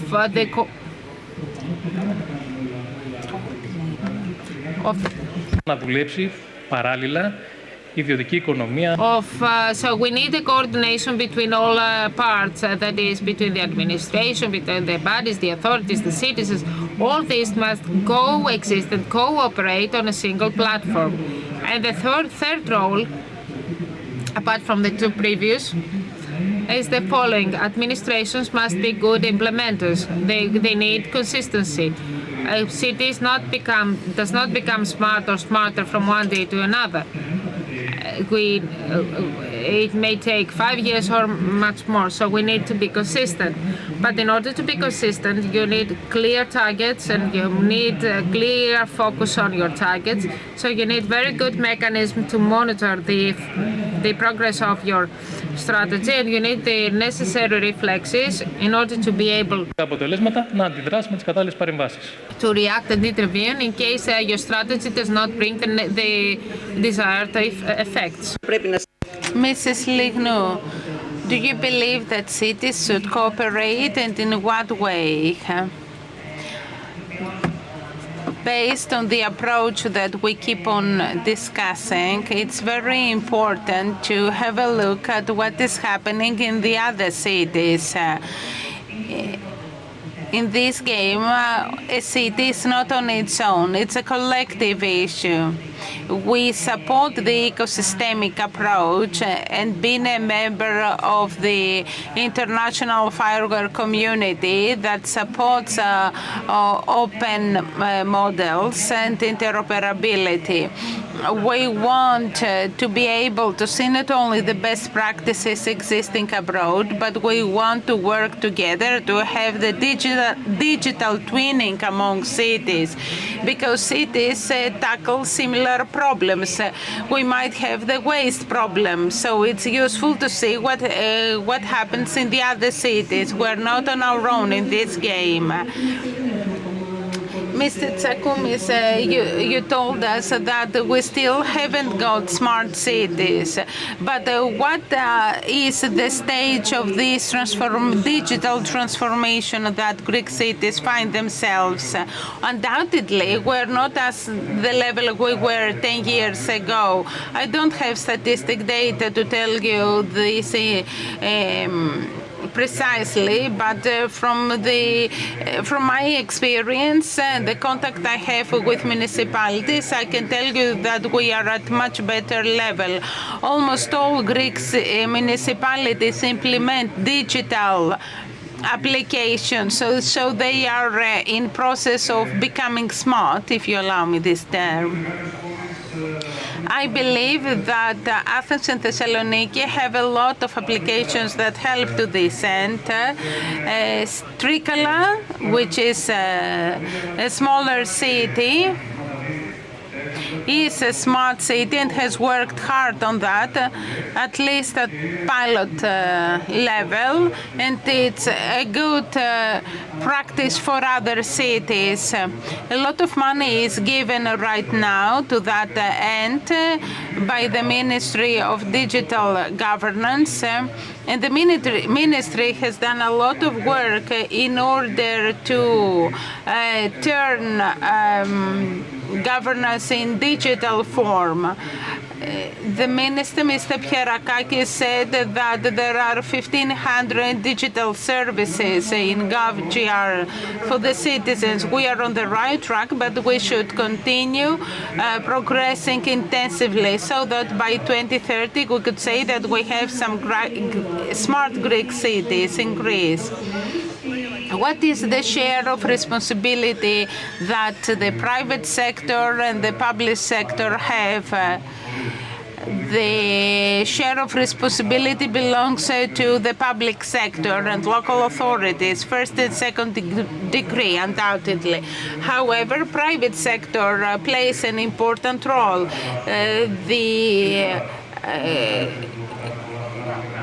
We want reinvent the wheel. So it is important to see whether the companies have the tools and the products to help our cities become smart. Financing tools. Now we have NSRF and the Recovery Fund to use. If we didn't have the energy crisis and the Ukraine war, we could talk about a period of fertile green plain. Right now, the responsibility lies in the government rather than the private sector. However, we always talk about synergies between private and public sector. In which municipalities you have applied your know-how? A very serious effort is being made to develop municipalities centrally. We have NSRF, the Recovery Fund. We have actions for all public bodies. So I fully agree that that's the direction. The interoperability issue is an important one, as Ms. Lignou said. All municipalities and all legal entities of the municipality create a system today. How will this system be managed by interoperability rules? There are several data out there that reach various platforms. This is an asterisk that we should all look into. There are 300 million euros in the recovery fund and 100 million extra for big municipalities. So we should try to see what the municipalities need, their legal services. What we started doing is what I've told you at the beginning. We have a lot of projects in sewage and water supply. We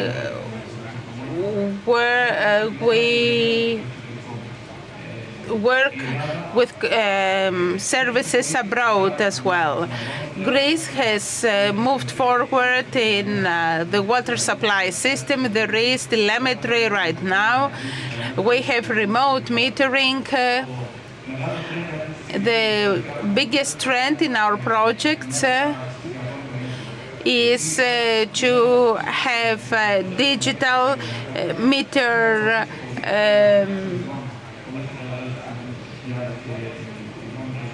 metering devices. We have installed several of them, and so we want to see how all these water supply services will operate and be connected. As for the energy, we have a lot of projects of energy management, of energy mobility. They started on a pilot basis and they are implemented through the Recovery Fund. Our objective is to take our know-how abroad.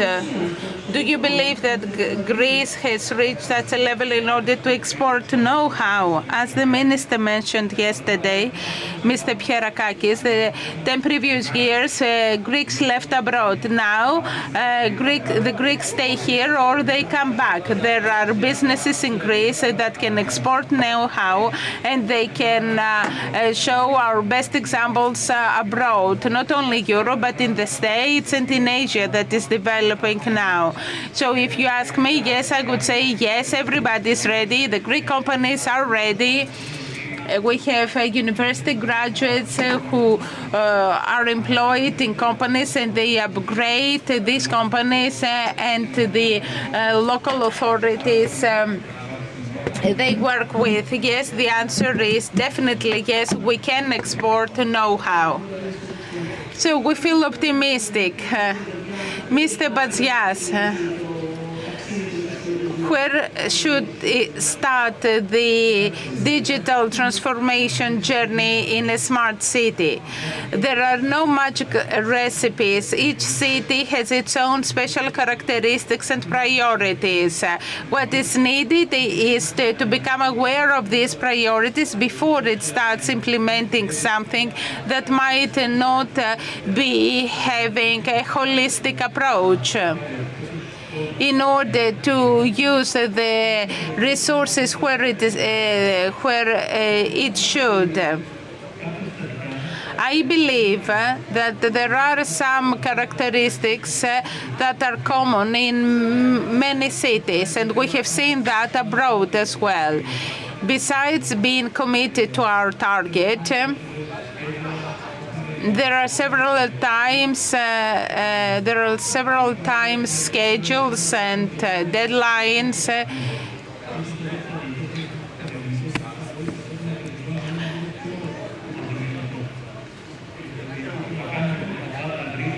So here in Greece, we shouldn't try to do everything really fast.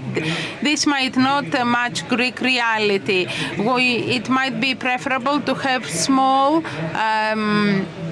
solutions that will help us to the course of digital transformation. A final comment for the day after, Mr. Tsakoumis. The next day is tomorrow. We work on that. The government, the state finances, promotes, wants, asks, companies try to meet that. Of course, there might be some decisions and actions that aren't the correct ones. But what is important is to have a holistic approach and to move step by step constantly. I agree with you. And as the minister said, one step at a time, but every day. And to have a continuity and to know what is our goal. What is our goal? To have a city with zero energy consumption, with zero pollution, with fast urban transport that will truly improve the life of citizens. Not simply to say that we have various applications and to say that on the television, but we want the citizens to be able to understand that. I would like to thank all our speakers for this discussion. Thank you.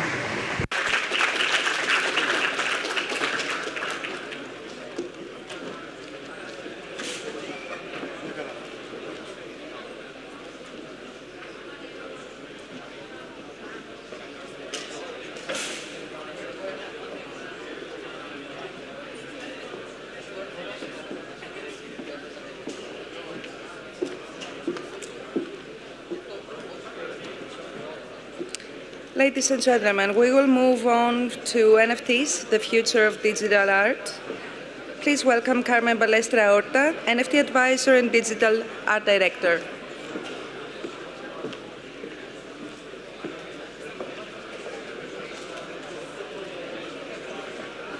Να είστε καλά, κι εγώ. Να είστε καλά.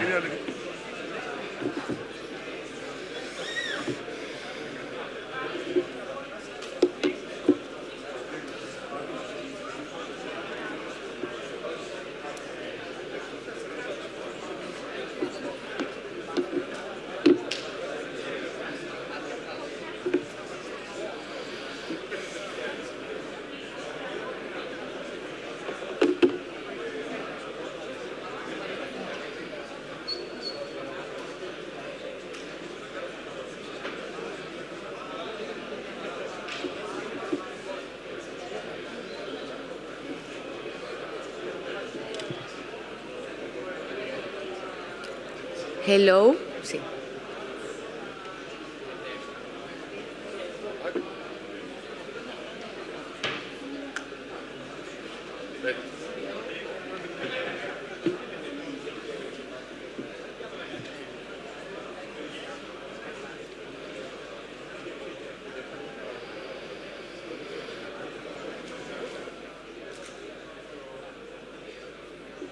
Ready?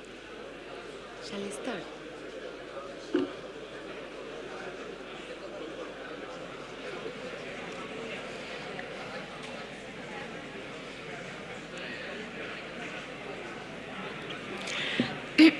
Hello, everyone. My name is Carmen Ballesta, and I'm here to talk about the technological renaissance of art. And I want to start by asking you, the public, a question. How many of you owns an NFT right now? Can you raise your hand? Okay. So,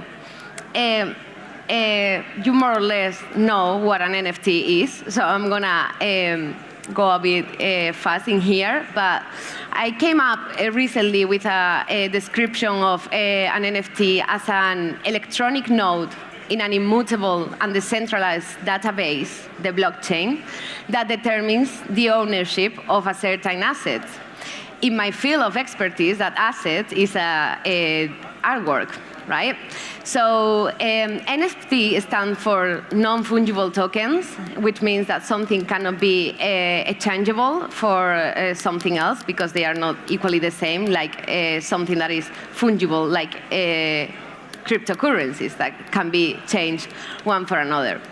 So that means that NFT brings really exceptional properties to the art world, okay? I put in there 6 features that for me are the most important on that. Is that NFTs are unique because the artist himself or herself is the only one who determines how many quantities of that work of art. It is registered because transactions are always going to be on the blockchain. You can always track it thanks to this blockchain technology. They're also transferable peer-to-peer. I can transfer a work of art to my mom, and also an artist can transfer the work of art to me.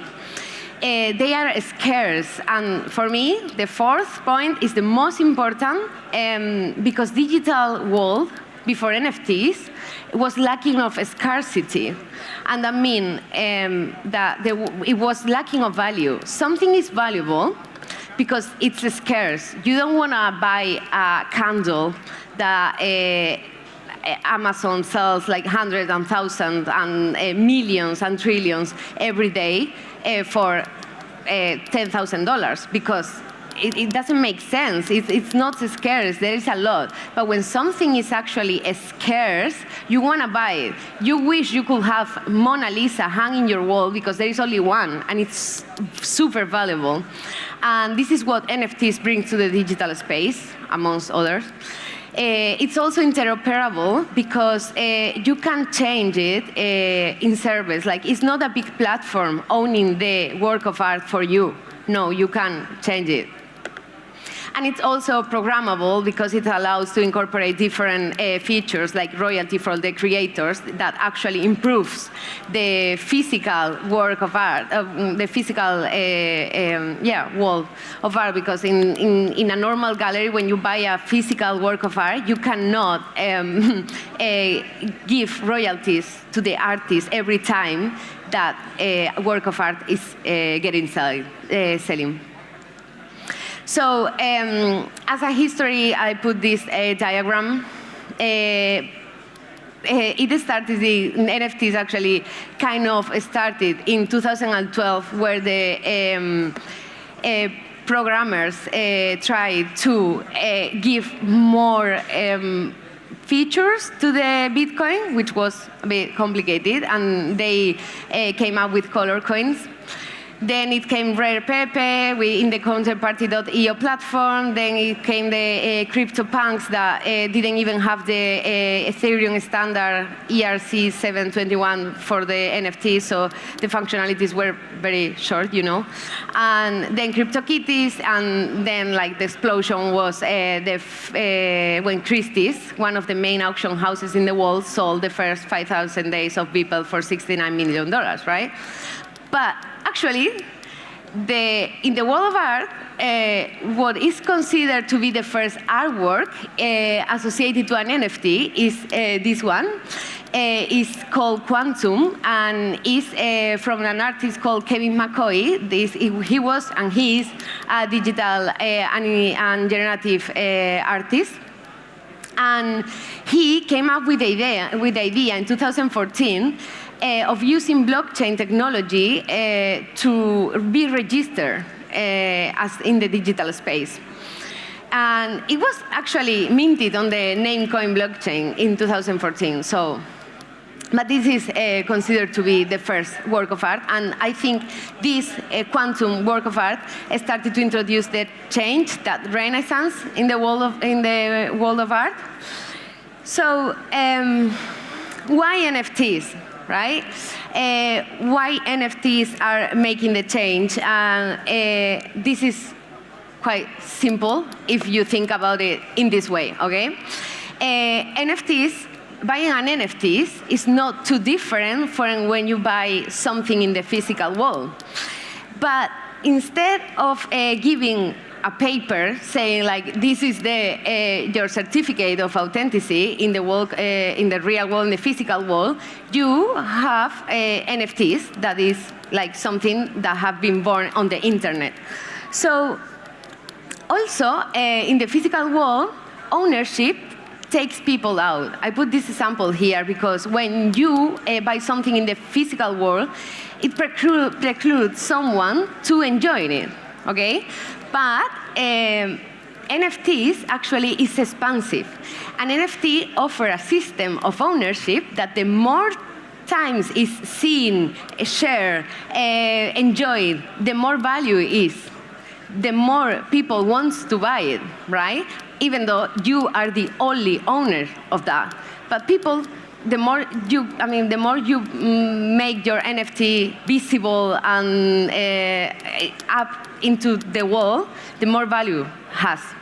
So it's quite curious, right? Because it not only brings the physical ownership type in the digital world, it actually improves it. So for this renaissance that I'm talking about, it's because before, it wouldn't make sense for artists to make digital art. What for? I mean, it would be, you are an artist, you make a digital piece of artwork, and then it's gonna be a screenshot, copy, send, resend, and no one is the owner of that. No one pays the artist for the actual work, right? And thanks to this NFTs and the blockchain technology, it now makes sense. The artists are more encouraged now to create using tech as a new tool. Tech has been there a long time now, but artists wasn't encouraged to use them to create work of art. And also collectors are being like buying with certainty. Like before you can buy a video on a gallery, on a physical gallery, if they have an artist that have made a video, you can buy it for 30 euros or 40, 50, not more. Because of course you can sell it or send it to your mom and no one will know which is the original. Now this has completely changed. And something that I think really deep is that before NFTs, the internet was a copy machine. So now we are taking the creators to receive royalty, to allow the warranty proof of origination of this. And it's also, NFTs are allowing everyone to own their data, right? Also, digital art has been around us a long time. Like, think how many advertising campaigns do you see with digital art? And it's important, like, to think about that. But from now on, we are actually taking responsibility of it. And also, this new renaissance is important because social media. This has completely changed the art industry because now artists can connect with collectors and collectors with artists, and this has made the difference, completely difference. Before that, you only could go into a gallery, the galleries will show you his artist and you can buy it, but you will never have contact with the artist. Now it's completely different. Like, I have a lot of artists on my Instagram that I don't even know, and I send them direct messages and they answer me. I mean, like you, if someone sends you an interesting direct message, you will answer, right? So this is another part of the Renaissance, and also the metaverse, okay? Everything that is being done in the real world is being recreated in the metaverse as a digital universe that mirrors our world. So now, you, in the physical world, you can go to a gallery, buy a work of art, take it to your home, and you enjoy it, and it marks a time of your life when you could went to a gallery and buy your first digital artwork. Now it's going to be the same, but in the metaverse, it's open, it's free yourself from barriers. And I added these two sentences there because I read them in some blog the other day, and I thought they were super interesting. Like, internet, back in the 90s, dissolved geographic boundaries because you could connect with someone in New York, being here in Thessaloniki. And NFTs dissolve economic boundaries for creators and collectors and people who use digital, which is everyone. So as trends, I'm not going to stop and explain them because I don't have much time. You can ask me later, but these are one of my favorite NFT digital artworks / projects. And I think collections are the reflection of a real time we are living in. And we are living the digital era, so we have to be there. We have to consume it because what artists tell us with their works is 100% worth it.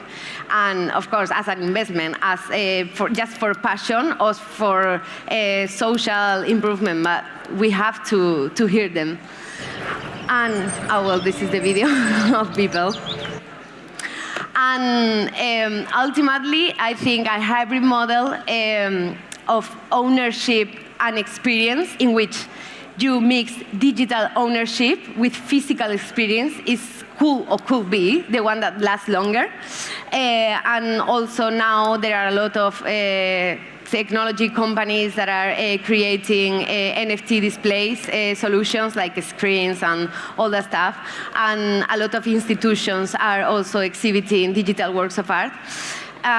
So yeah, I think NFTs are here to stay, and they have brought a huge change and a renaissance of the digital art world. Thank you for that.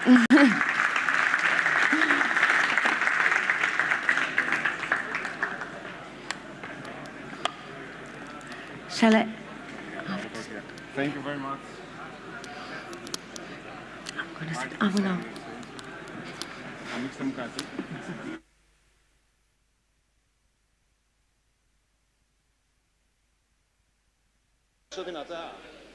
Έχω πολύ... Ναι, ωραία. Γεια σας, είμαι ο Βασίλης Σαμούρκας, Deputy Editor.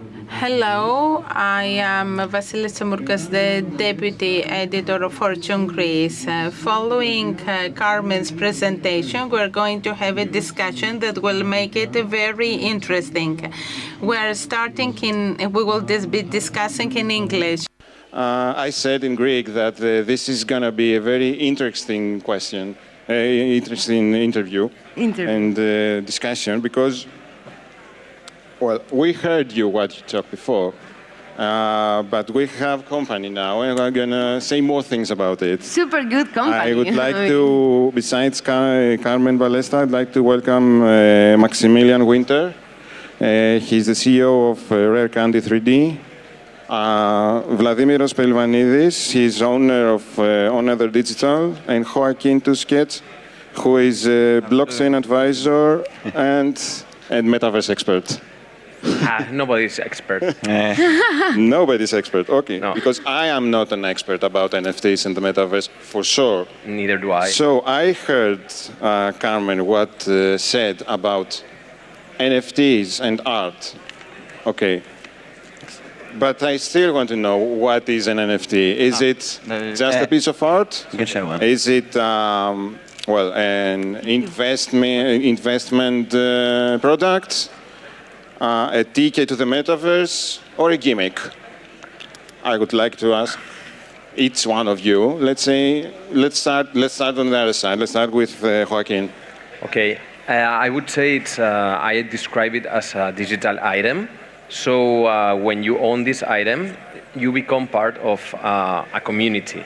So every community has like an objective, and you can get different benefits from the utilities from each community. And the goal is that every member of the community, they add value somehow with their relationships, with their personal connections. So the membership card, I would say the NFT, grows up in value. So that's how I would define it. Okay. Vladimir? I think that NFTs, like the way I see them, I think they are more of digitally verifiable ownership contracts. So they could be attributed to owning digital art, but that could be also a proof of ownership for something that's physical. That can be a real estate contract. It can be a car. It can be like a physical cloth, like a fashion wearable, a ticket to an event. So essentially, NFT is like a way to prove, without intermediaries, without third parties kind of vouching for it, that you own or you are part of something very, very specific. Like a certificate? Correct. Okay. Max? You know how at university, when you have a multiple choice exam, they give you the option, all of the above? Like, that's the right answer here. Everything you mentioned, all of the above. I feel like I'm in the university right now, for sure. Carmen, did they say everything? They say everything, and I also mentioned it at the beginning, like, the definition is perfect. Okay, well, Carmen, you talked about the technological renaissance of art. How is it going to benefit the field? And what about, let's say, the opposition, the other side, the traditional minds? The traditional mind, I mean, this is gonna, digital art, thanks to NFTs, I already explained it, it has changed a lot, and it has been a huge improvement for that. Because before that, the internet was a giant copy machine with the only possible business model being the advertisement. Not because we want it, but because it was paying the bills of that. With NFTs, this changed completely. And because artists now want to create, they receive royalties. Collectors are secure buying art, and they also own their data, which is like super important. And comparing it to the traditional work of art, I mean, I don't think we have to compare. It's never all or nothing. They both can co-live together. It's not a problem. It can, traditional art has always have new times, for example, when the Impressionists came, everyone was like, oh my gosh, no, this is horrible, this is gonna destroy our art, which was super realism. And it's happening exactly the same, like history repeats itself over and over again, but I think they will co-live, and traditional art will integrate digital art, and we will take it as normal. This reminds me of the story, the evolution of entertainment, like the radio, cinema, records, tapes, MP3s, and now the online stores in music and the NFTs. Yeah. But Max, I am talking about entertainment. Okay, can you tell me how the NFTs define some or all fields of entertainment? So earlier Carmen asked a question about who here owns an NFT, right? Can you show your hands really quick again? Now, 1 year ago I was holding a speech on NFTs in Thessaloniki also, and it was only one person, so I'm very happy to see a lot of hands. Keep it up, Thessaloniki. But is anybody here that owns an NFT that is not digital art? Please put up your hand. What do you own?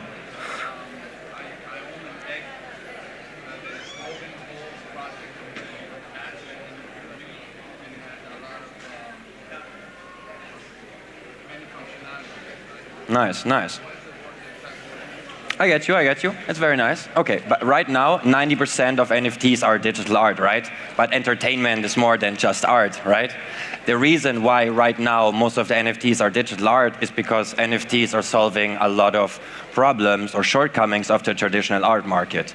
But of course, there are also other industries of entertainment, such as fashion, such as music, etc. And we can see that these things start more and more to interrupt also. So we don't know how it can work, how it can redefine. Basically, it's like asking somebody in the year 2002, how can the internet redefine entertainment? If you ask 100 people, you'll get 100 questions, but probably none of them would be able to guess where we are right now. And that's why I love also what you said at the beginning. If anybody claims they know what happens in 10 years, if anybody claims to be an NFT expert, turn around and run away, because it doesn't exist. I hope that answered the question. Yeah, it did, but there is another part in my question. Can we find, or is there an equilibrium between our digital life and our real life if we get so deeply into such things like the metaverse and the NFTs, etc.? Oh, nice. Nice. Okay, that's actually one of my favorite questions, right? It was like one of the only good things that happened during this pandemic was that our life moved more and more online on like a large scale, right? Now, I'm a human, I have a certain personality. The reason I dress the way I dress is because this is an extension of my personality that I'm showing to you right now. As I'm moving online and as I'm communicating online with people, I have the same need to express my personality, if this is with my fashion, if this is with music, etc. So I think there are a lot of interesting advancements when it comes to this. Like one of the approach we have at Rare Candy, for example, we work with silo chips. So for example, we have physical fashion NFTs. There's like a piece of clothing, but it also contains a chip that you can scan, and it shows the proof of ownership and that you actually hold this NFT in your wallet. So I think there's a big future for not just digital things, not just physical things, but exactly this combination. This is a perfect sweet spot. If we manage to combine both of them, if I buy a sweater from Versace, and I get the same sweater maybe also in the metaverse. This would be a... I have done that last week. Sarah launched a collection when you buy your physical, it was a jumper, and then I also got it for the metaverse. So it was amazing. Like I will always buy clothes like that. Okay. Vladimir, all of those things, digital or physical, are made by creators. So the creators have to protect their IPs, their intellectual properties. We are heading to a world, over-digitalized world, let me say. Is it a threat, this over-digitalization of creations, or is it a benefit? Oh, that's a tough one, but I assume that when it comes to intellectual property, like most of the artists, most of the creators, what they found interesting in NFTs in the first place is that you get rid of intermediaries. So there is a way to kind of create your things, sell it to your audience without paying taxes, without having an agency or like a gallery or whatever. So this is like the first reason everyone gets involved. But when it comes to IPs, it depends on how do you structure your NFT contract, essentially, like a smart contract. A smart contract, in case you don't know, is like a piece of code, or it's like an automated program on Ethereum or on any other blockchain that supports smart contracts. And it depends who creates the smart contract. So if it's a company, for example, like a big company that works with IP, they will probably insert inside the contract that every time this thing is resolved, I'm going to make a percentage, or I'm going to give something to the artist, or in most cases, what we've seen from big curation houses, like NFT houses, they keep all the royalties, and then in the end of the month, they're going to distribute it back to the artist. But I think it's in the artist's hands, like you can skip even that and create a contract that gives you the royalties automatically every time somebody uses this NFT, or every time this NFT changes hands, your wallet is directly involved. You don't need anyone for this. Will you need a lawyer for that? I'm sorry? Will you need a lawyer for that?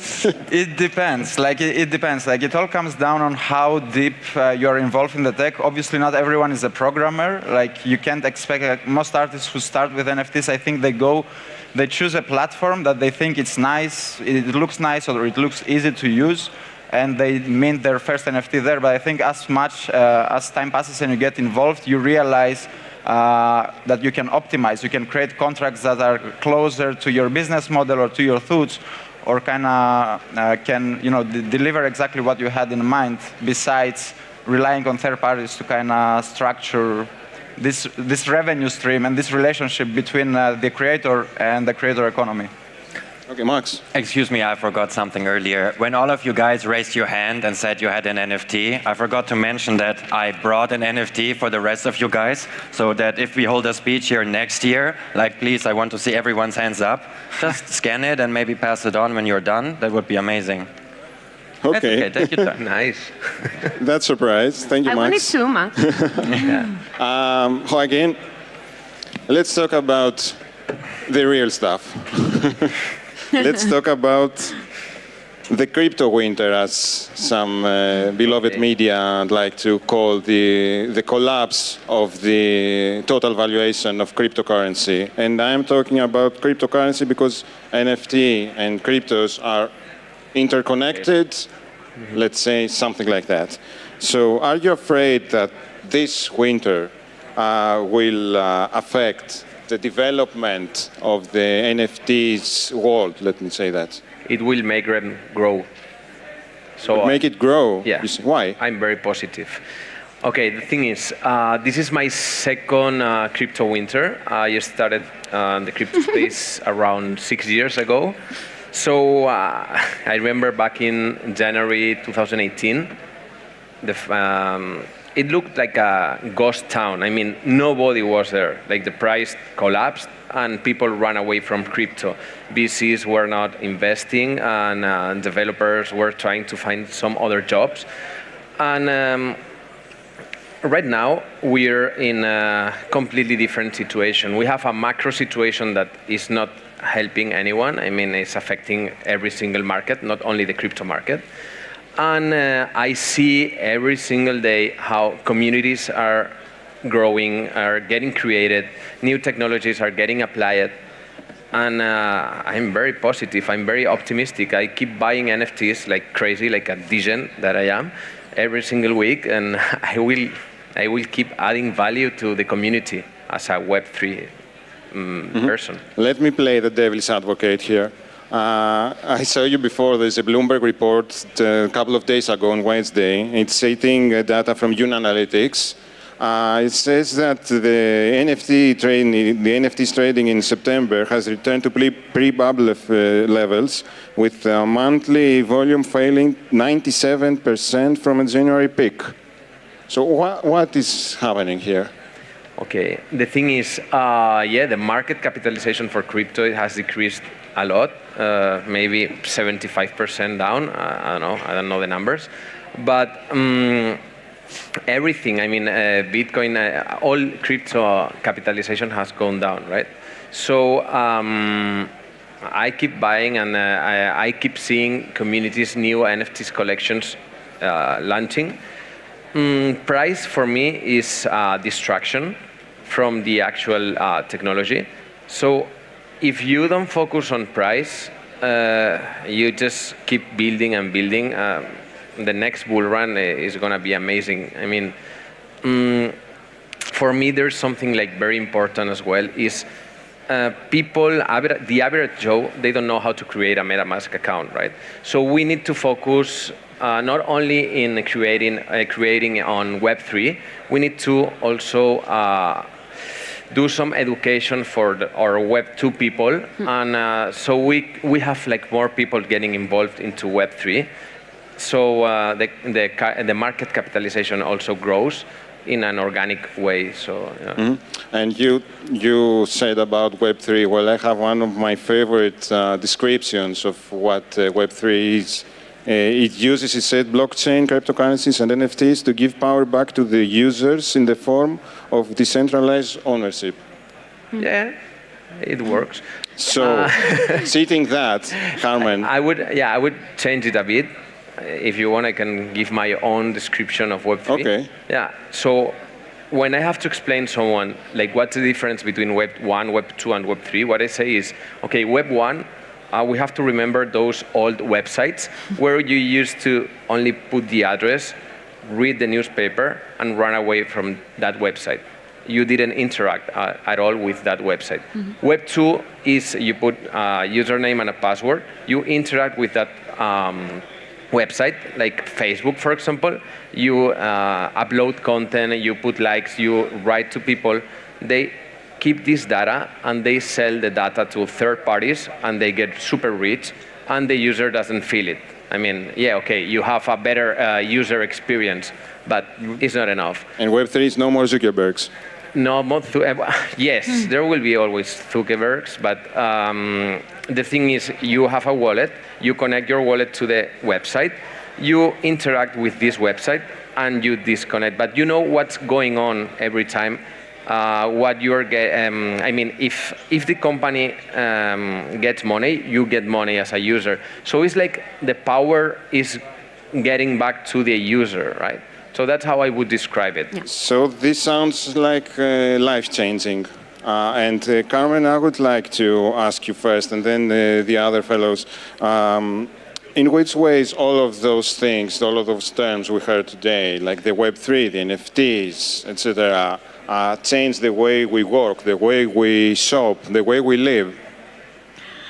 I mean, Web3 will change how we conceive internet, and it is changing it already. Now we are going through this way. Joaquin and I were talking before, like about the Web 2.5 things that are already there on the internet that are not Web 2, but they are in Web 3, fully Web 3 neither. And I think it will change the way we interact with internet, the way we buy things on internet, the way we create on internet, because that data is given back to us. We don't have to be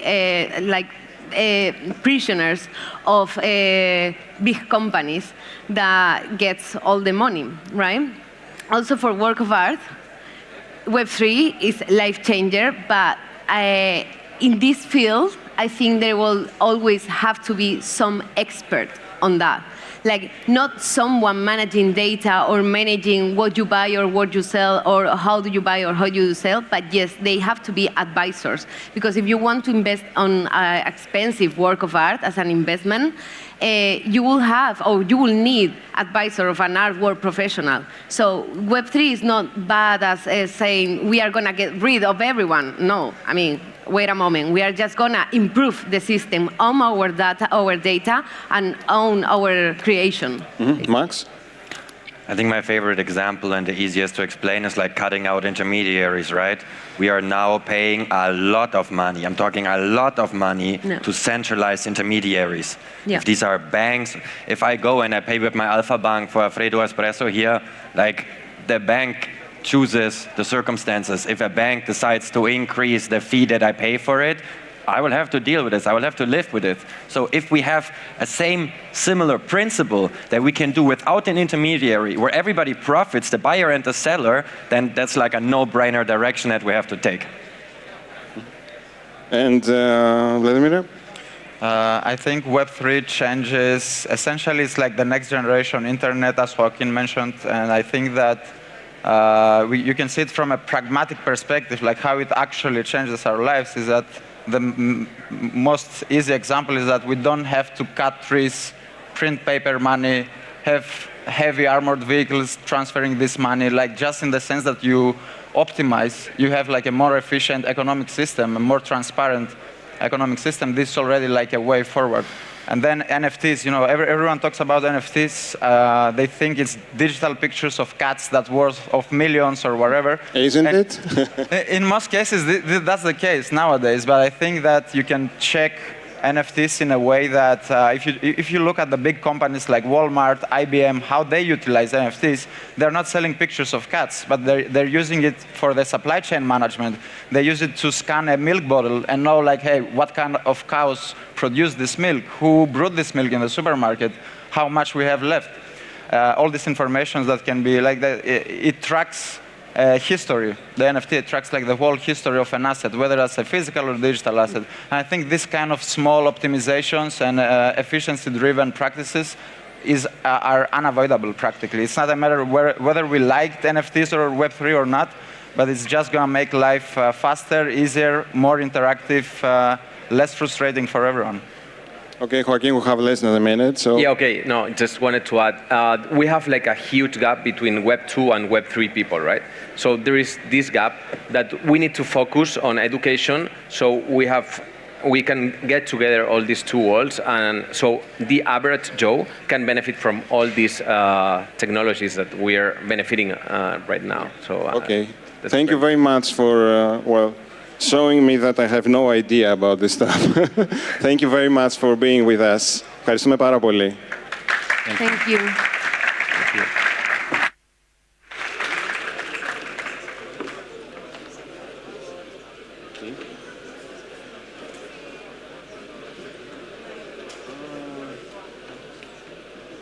Thank you very much. It was very fun. Thank you. Thank you very much.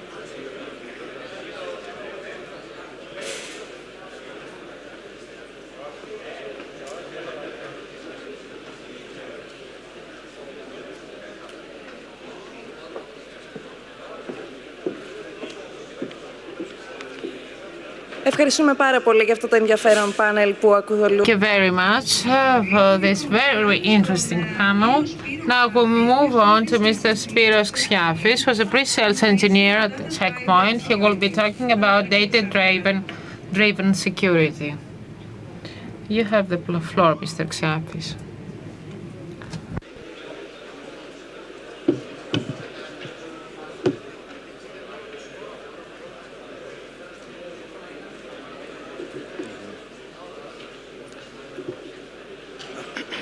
Καλησπέρα σας. Good afternoon. My name is Spiros Xiafis. I am in the Greek headquarters of Checkpoint. We will be talking about data-driven security, and this is related to how Checkpoint,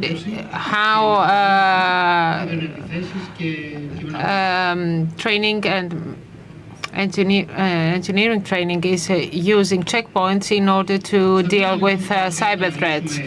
So we will be talking about the need for data-driven security, and we will show that for its proper operation and application, there's a whole structure that relies on artificial intelligence and a number of mathematical formulas and machine learning. But we are going to focus on some references that you can use These references can refer you to huge literature on this issue. We will see the background for the solutions of cybersecurity and why data-driven security is the nucleus and the core of Checkpoint. All the rationale behind that relies on machine learning and the way by which the R&D department of Checkpoint can use in order for this to be a comparative advantage of the company against the other competitors in the market. And this method is that competitive and effective as that we offer the best protection to our customers. So in Checkpoint, we are using machine learning in order to determine software and to deal with threats that have not been done in the past. So we rely on data that are collected for 28 years now. I could say that machine learning is fascinating. It is fun. What does this mean? We see in this example, this person does not exist.com, where this photo has been created with machine learning. This is not a real person. So this gentleman in the photo has been created through machine learning because this technique relies on the processing of thousands of photos of real people. And I suggest that you use this QR code to enter this website and see how this photo has been created. So the use of machine learning is even more necessary because our attack surface is increasing, it is expanding, and the attack surface is larger. And we have seen how in March 2020, when we had, due to the COVID pandemic, we had to work remotely. So we saw that all employees had access to on-premises service or clouds remotely from their house and using their own laptops or PCs. So here we have to keep in mind that prevention in our days is much more important and it is more urgent than in the past. Also, when we talk about resources are limited, that is the limitation of resources, apart from the necessity for more computer capacity, we need to focus on human resources and the manpower, which at this moment in most businesses and companies is few and cannot respond and meet the requirements. And finally, a problem that we see in the companies is that we have to take a series of measures in order to prevent cyber attacks and cyber threats. Why is this important? Because as you can see on this pyramid, attack is much easier than defense. The defender must observe the whole attack surface, and the set of resources is increasing. And in Checkpoint, what we do is to protect this flow from bits. We see the signatures, the flows, and the packages, and this is why the cost is increasing compared to the resource in terms of the resources needed. So 10 years ago, we started looking at the tip of the pyramid, that is the intention of the software, because this is how we can reduce the costs required. So in order to understand the intention and to optimize our resources, we need data and to apply a technology that relies on machine learning that we have developed and we are using today. This technology is using 8 resources less than the traditional ways of processing data by using a code, a simple code. Why is predicting important? We cannot predict the future, but what we can do is to distinguish and we can understand that there's a difference between I guess and I forecast. So computer logic relies on the way it works, the way a PC works.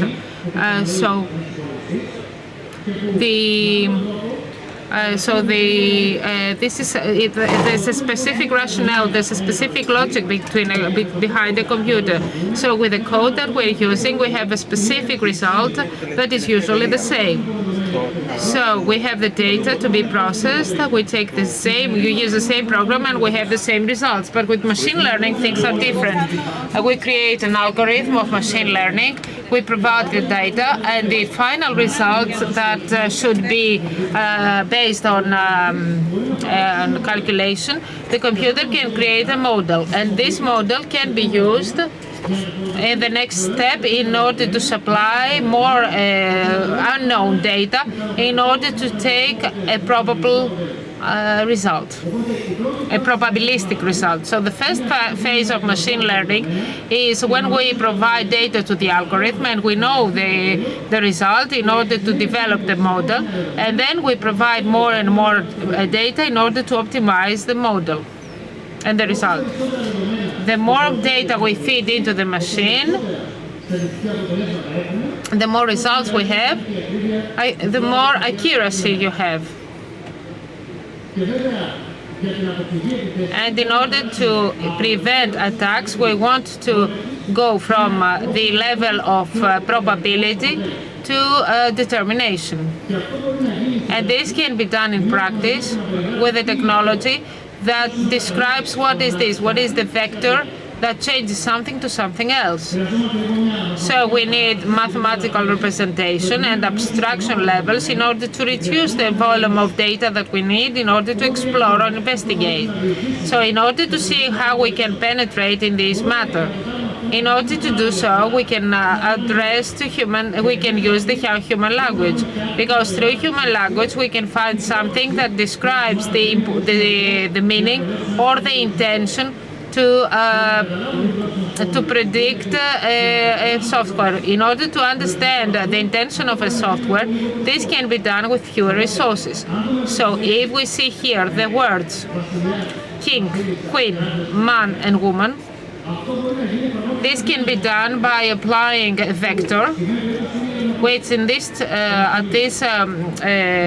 case it's masculinity, and then we have another vector that concerns femininity, and of course we will have the reverse result. When we are studying, exploring the human language, we can find many similar examples.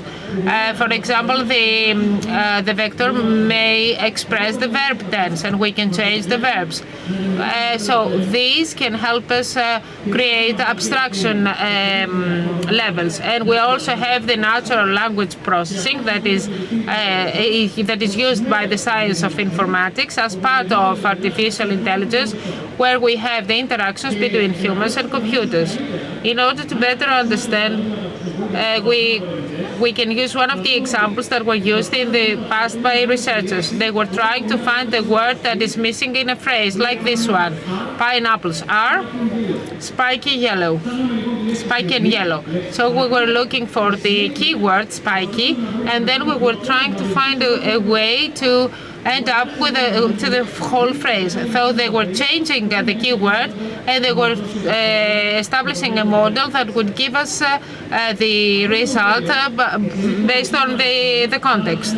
So this model was developed over time, reaching a milestone on May 2020. What does this model give us? Think that we are starting to say a phrase, or we're talking about a study. So I started studying at Princeton, and then I say that I'm now studying in Oxford, and this model understands that since Princeton, the word Princeton has been mentioned once, and then I talk about Boston all the time, it changes the word Princeton into Boston, because it believes that made a mistake. So what we have to keep in mind is that this model is open source. It can be used by everyone, and it has about 185 million of data sets in order to optimize the result. What other things do we have? If we take a look at the technology by which we are transforming images to figures, that is called convolutional network, you can see how it works. At each one of these levels, we have a specific equation that allow us to convert the image into frames, and frame by frame we can reach a formula, mathematical formula. Through this sequencing that we follow, we reach a depiction of 92.7% of accuracy. This means that we can describe complicated images into a series and translate it into a series of numbers. When we take a look at this technology, we understand that we can adopt it in files, in executable files. And this is something that we started some years ago when we took this series of non-processed bytes, raw bytes, and we use these executable files as inputs to create a model. So this model of machine learning was used, and it was the same as the one that we saw for the processing of images. So we managed to use the same mathematical model in order simply to process executable files. This means that starting from the stream of the data, we managed to have multiple abstractions per stage and to simplify this executable file. So we used this mathematical concept of vector for cyber security. In order to better understand that, we have to see the API codes. The API codes are the easier way to interconnect with specific systems. Even a malignant software uses this technology in order to pervasive malignant attack. So if we monitor these API calls and we understand that they are just language, we can use machine NLP learning in order to understand the intent of this series and to acknowledge and to identify its objectives, what they want to do. So this technology applied in our technology is called sandboxing, and it is carried out on the cloud. So when we understand the intent of the executable files, we see the API codes, we identify them, and we process them through NLP technology, that is through machine learning. And so you can see this QR code, the TADF algorithm by which you can understand words inside documents. And what have we done with this analysis?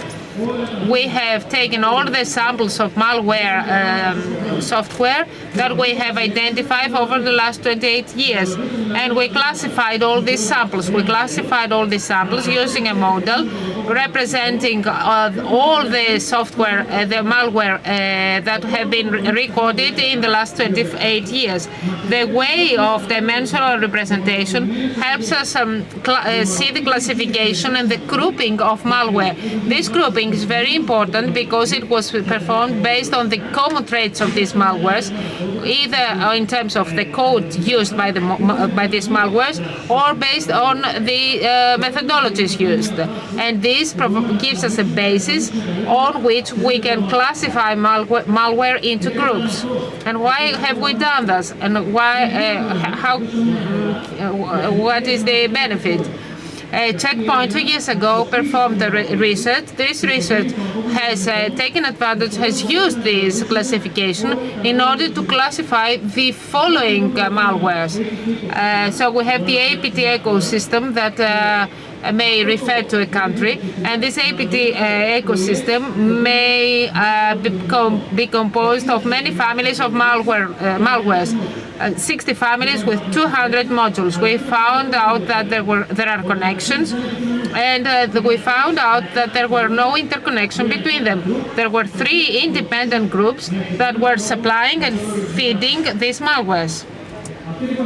So this survey has been announced, published as open source, and all the tools have been provided as open source so that they can be available and used by other researchers.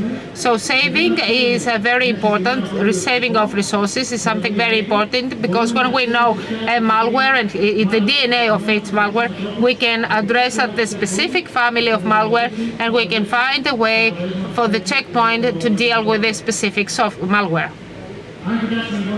So if we see the methodology of the web cloud and how the simulation performed by malware, software, we can see that Sandboxing is using two phases of machine learning, two specific sectors, in order to provide the required result. These modules gives us the opportunity to understand the structure, to the activity of the registry, and to deassemble the code in order to classify the software in a specific family.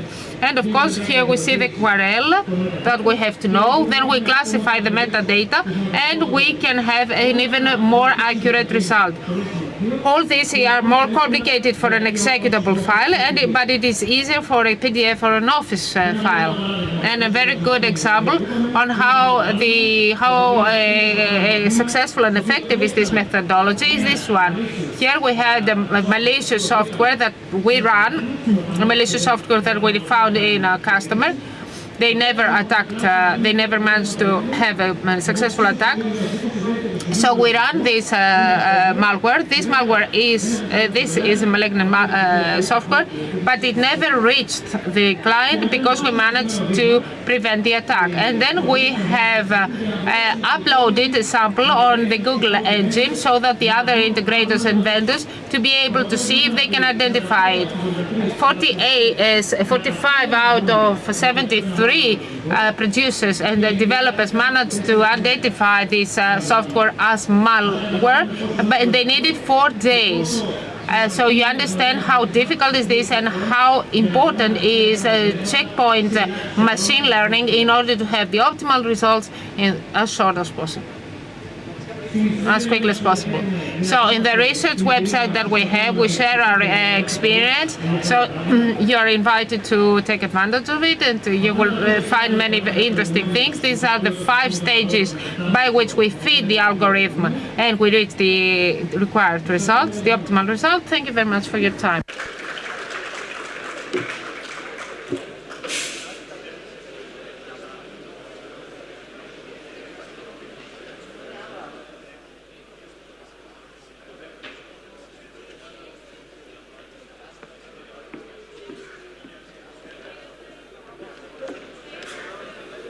Sit here.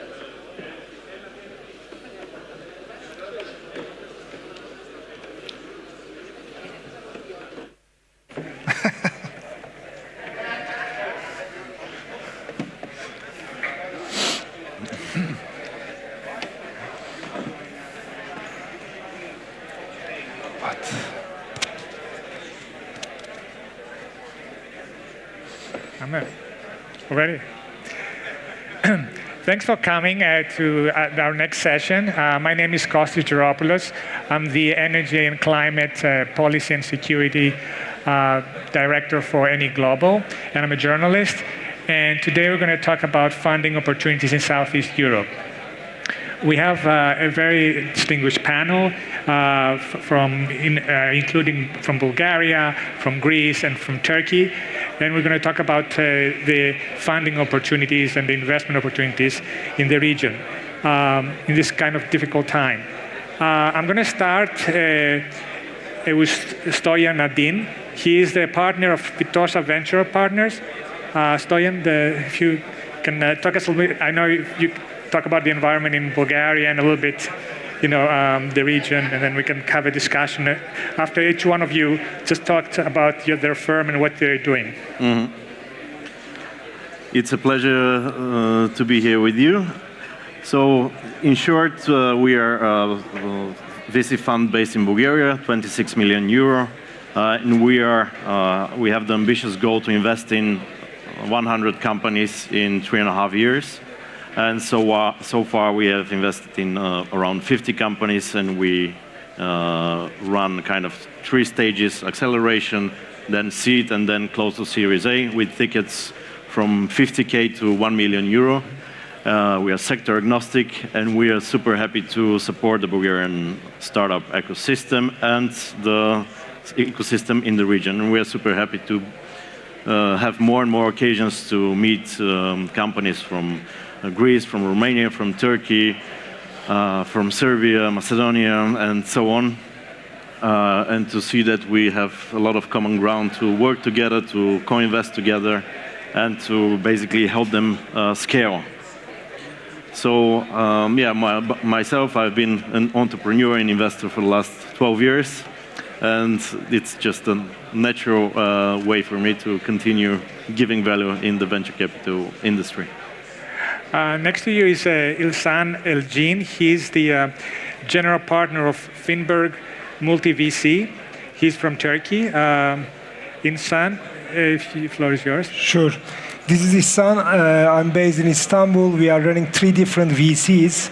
One of them is only focused fintech. Second one is the opportunistic one, investing fintech, retail tech, and Web 3.0. The last one is just investing the retail tech. These are the regional funds. As of today, we have invested $48 million to the 28 startups and 7 different funds out of Turkey. So usually we are investing at least $500,000 and $1 million. These are our ticket size. Post-seed, bridge to Series A, we are trying to invest this type of the companies. Great. Next to you is Nicolas Takas. He is the CEO of Thermi Venture Capital Management SA. He's from Greece. I understand, Nicolas, you're doing also a lot of things in energy as well. Tell us a little bit about your company, and then we can forward going. So I represent Thermi Group. We are an investment group based in Thessaloniki, in northern Greece. We were founded like 2000, early 2000s. We are active in venture capital, renewable energy, and real estate. On the venture capital side, we run an accelerator, which is focused on the media sector. We run the biggest business incubator in northern Greece, which focuses on high-tech companies. And also we have the only growth fund in northern Greece, based in northern Greece. We have, it's a generalistic fund, 30 million euro, but we have focused on 4 main, let's say, sectors or pillars. The one is the agro-food sector. The other is the renewable energy sector. The tourism sector, as you can understand, we're in Greece. And the health services sector. And next is Thomas Athanasiou. Thomas, he's the partner of Elstone Capital. Elstone is one of the newest Greek VCs. Thomas, tell us a little bit about your company. Hello. Elstone Capital is indeed one of the newest Greek VCs. It is going to be a 30 million fund. We are going to have our first closing imminently, and when I say imminently, it might happen in the next hour, who knows. Right. So Elstone Capital is a growth investor focusing mainly on the seed stage, but we are flexible, we can go pre-seed, Series A. Geographic focus is Greece and Southern Eastern Europe, but we're quite flexible. We need companies and founding teams that have an angle to Greece. We're going to invest in 3 general megatrends, and what I mean by that is instead of going sectoral, we're focusing on big things that are going to happen in the next 5-10 years, meaning 1, digitalization and operational improvement, and things that fall in there can be anything from fintech, insurtech, edtech, medtech, etc. Second, life in the 21st century. This is how we identify a new world of circular economy, silver economy, healthy eating, healthy style, work-life habits, etc. And third, the whole element of sustainability, whether it is environmental, social and governance, with a big focus on diversity, inclusion, and the whole social impact of the moving parts of a new world.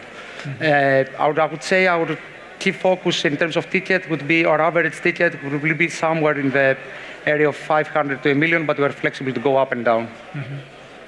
Now, I want to open up the floor for discussion, and we'll talk a little bit about the investment trends in the region and also the challenges. Stoyan, what still needs to be developed, and what's there and what's missing in terms of developing investment in the region and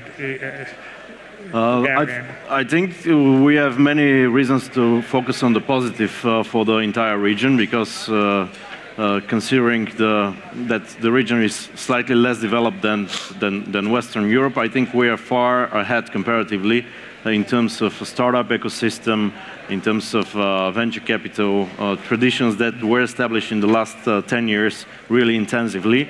And we should be really grateful for the support and the strategy of European Union to allocate and to capital in this sector, and to actually have this strategic vision to enable and support funds like ours.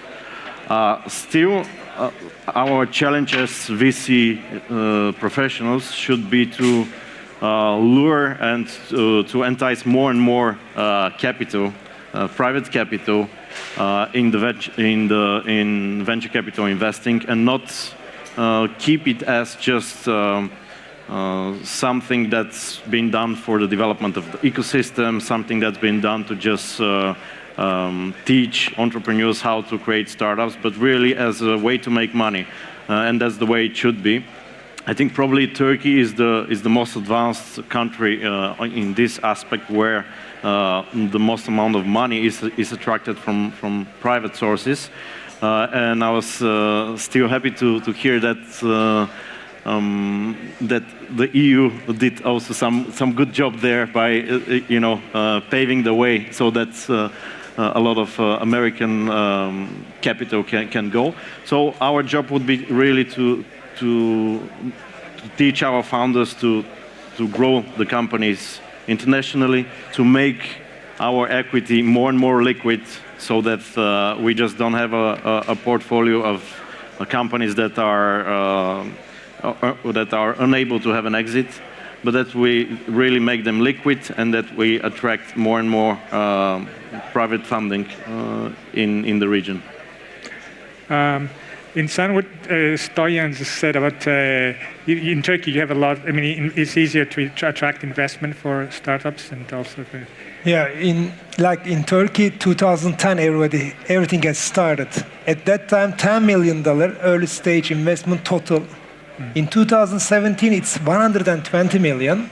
Last year in Turkey, just early stage, not the late stages, not the secondaries, they invested $1.8 billion to the Turkish startups. This year, end of the third quarter, it's almost $2 billion. So it's increasing because of some of the unicorns. Like they're going to have the PayHawk, other ones they have the UiPath in Romania, similar to that, but we have the decacorns also. So when you start to have these unicorns and decacorns, the foreign investors coming to the country.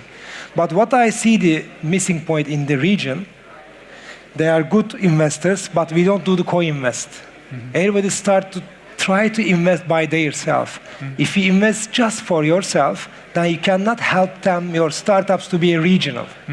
Whenever I find a deal, I need to invite them, and we can invest together. Then our companies can be regional in the first month, second month, third month, support of the others. So this is the biggest missing point in our region.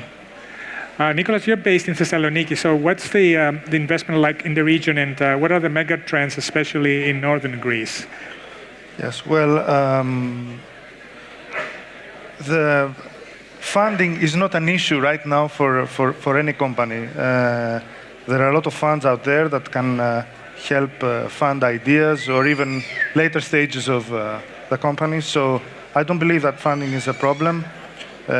Especially with the banks giving loans until now. I don't know what's going to happen now with the increase of the interest rates and the social the war situation that's happening in the Ukraine.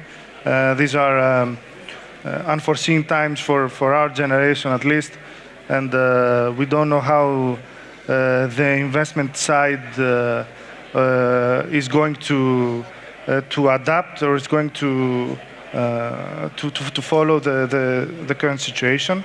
The trends are in the region, I believe, that are mostly the same. As Thomas said, in the ICT sector, Internet of Things, fintech, etc. Those are the trends, especially in northern Greece. We see that there are some big investments from big companies that are happening, and that is good. It's creating an ecosystem of ICT here in Thessaloniki, which is something that we can help and try to establish. And but also in these times and after the COVID pandemic, which the supply chain was, let's say, had significant problems. So logistics is one sector that is going to be very, investments are going to happen very, very fast here in the region with the utilization of the ports and privatization of the ports. Renewable energy, which is, we now understand that renewable energy is one of the biggest issues and the biggest sectors that we must invest, because we need energy autonomy. Right. And this war has shown us how significant the energy autonomy is. And of course, I believe that tourism is always going to be a sector that Greece is going to excel. And in northern Greece, especially, which we are far behind, that is, I believe that significant investments are going to happen in the tourism sector. And also, don't forget, the agro-food, which also, again, due to this war, we see that the supply of basic raw materials and crops is very important for our economies. Thomas, I mean, in terms of firms growing internationally, and is it how is it easy to grow and create this much needed partnerships between the companies, not necessarily within Greece also, but also within the region, as Insan mentioned earlier about the need of all working together. I mean, what's your experience from your team? I mean, it seems like you help management teams grow and stuff. I think, in theory, every VC is exactly what, they want to do and they should be doing. And this is what every startup and every founder should be looking for, to get like the experience and the network and the collaboration and the synergies. I mean, currently, in the macroeconomic environment, there is an elephant in the room. There is like what's happening, geopolitically, and what is the impact in currency-wise, macro trends, supply chain, everything. So this also can affect, the way that whether it's the right time to internationalize. From my point of view, is that when you invest in the business, obviously as a VC investor, you're looking at what will happen with the exit. But what we want to do is push like our companies to properly go abroad. As like Isan said, as Toljan said, let's work together. I mean, let's find companies that can actually, either properly have synergies together, merge, or work together, do the co-investments, and then it is easier to access different markets, get the knowledge, and maybe apply different tactics, different experiences to what we do. And all of us have a background. We are not new to investing. I'm sure we all have a good network, both locally and internationally, and we can use this network to our benefit. Not just on our diligence bit. I give a call to either of us and say, is this a good company? Is this a good sector? I'm sure we can judge this on ourselves. The point is, how do we do this together? And the biggest challenge for me is that from the part of the startup guys, they haven't seen this happening because we haven't really collaborated, which is something we should do. And then, when we talk, they don't really see the benefit of it. It has to be proven. And what we need is 1-2 success stories where 2-3 Greek funds have collaborated with, your funds, and we have like an IPO, we have an exit in a big, corporate, and then, it will just flow. Mm-hmm. And in terms of opportunities, I mean, you think Nicholas mentioned how the war in Ukraine has kind of highlighted the need for energy and renewables and also agro. What do you see as the opportunities in terms of? I mean, sectorally wise, I would say. I mean, our market, and I put the whole of Southern Eastern Europe, is indeed small. So you can't just go and say, healthcare is an opportunity, insurance is an opportunity. The sectors are massive. The thing is, you need to find opportunities in the opportunities, like cherry pick. For example, you can see that the business services bit in Greece and the whole developments, like hubs are building, Amazon, Google, Pfizer are coming to Greece. So you can see a part there. There have been incentives, tax incentives from the government, for example, just an example, in the media and film industry. You can see there is an opportunity for video editing, etc., etc. Agro, for example, and especially the bit of healthy eating, biological. Greece has, and Bulgaria and Turkey have an advantage there. We have the perfect example of Arabia when it was sold to Apple, KKR for a massive price, this is like a proper success story. Then going into tourism, what Nico said, obviously you have the core tourism, the hard assets, hotels, etc. But we can do tourist activities, we can do the medical tourism. There is a lot of things that can happen in these parts. And obviously, we are in Greece, we have wind, energy, sun, sea, we can use this to our benefit and create businesses that focus on the environment. I mean, these are a few ideas, but they're obvious. Yeah, it seems like a clean, protecting the climate and clean forms of energy as well as, waste management. It seems like there's a lot of opportunities there. Stoyan, in terms of Bulgaria, Yeah, I wanted to also continue on this direction of talk. So I think one of the biggest challenges for all our countries is that the markets are a bit too small to have a unicorn existing in our markets. Just like, for example, a large US startup operating in the US can be easily a unicorn or decacorn, or in China. Wow, the challenge that we have here is that we should grow internationally in order to have these kind of success stories. And to grow internationally, we really need that skills that we a little bit lack, or there are not enough people that have them to be able to organize international sales, to build really good sales teams that cannot just go to one market when because you have a really good friend in Germany and you want him to be your CEO of the German branch, but to really be able to manage international expansions that can lead to these success stories. And I think it's a good start if we start supporting each other with the market entry of the startups that we have, that at least we establish some kind of a pattern or a path that the companies that we want to support in a market expansion in Southeastern Europe, they can at least we can at least open the markets for them. So I would say building professional international sales would be one of the biggest challenges that we need to overcome as VCs and as just educational capacities in our countries. In Bulgaria, for sure. And Sam, you had something to say on this, the same topic? Yeah, we have a different problem because in Turkey we have more than 100 million people. So all our entrepreneurs, they just focus Turkey because they think it's enough for them. So this is our challenge, to push them go international. From the trend side, we can see the opportunity after the pandemic. I see that B2B solutions. Now, new investments will come from the B2B side because we don't have any B2B payment solutions enough, B2B marketplaces, B2B commerce. So now we are trying to push our entrepreneurs to do something over that side. Also, micro investment side, because new generation of the young people, they like to invest. That's why they go to the crypto, NFT. But all the Web 2 and Web 3 solutions like Nasdaq and the commodity and the crypto at the same time to invest them, it's going to be a big opportunity after today.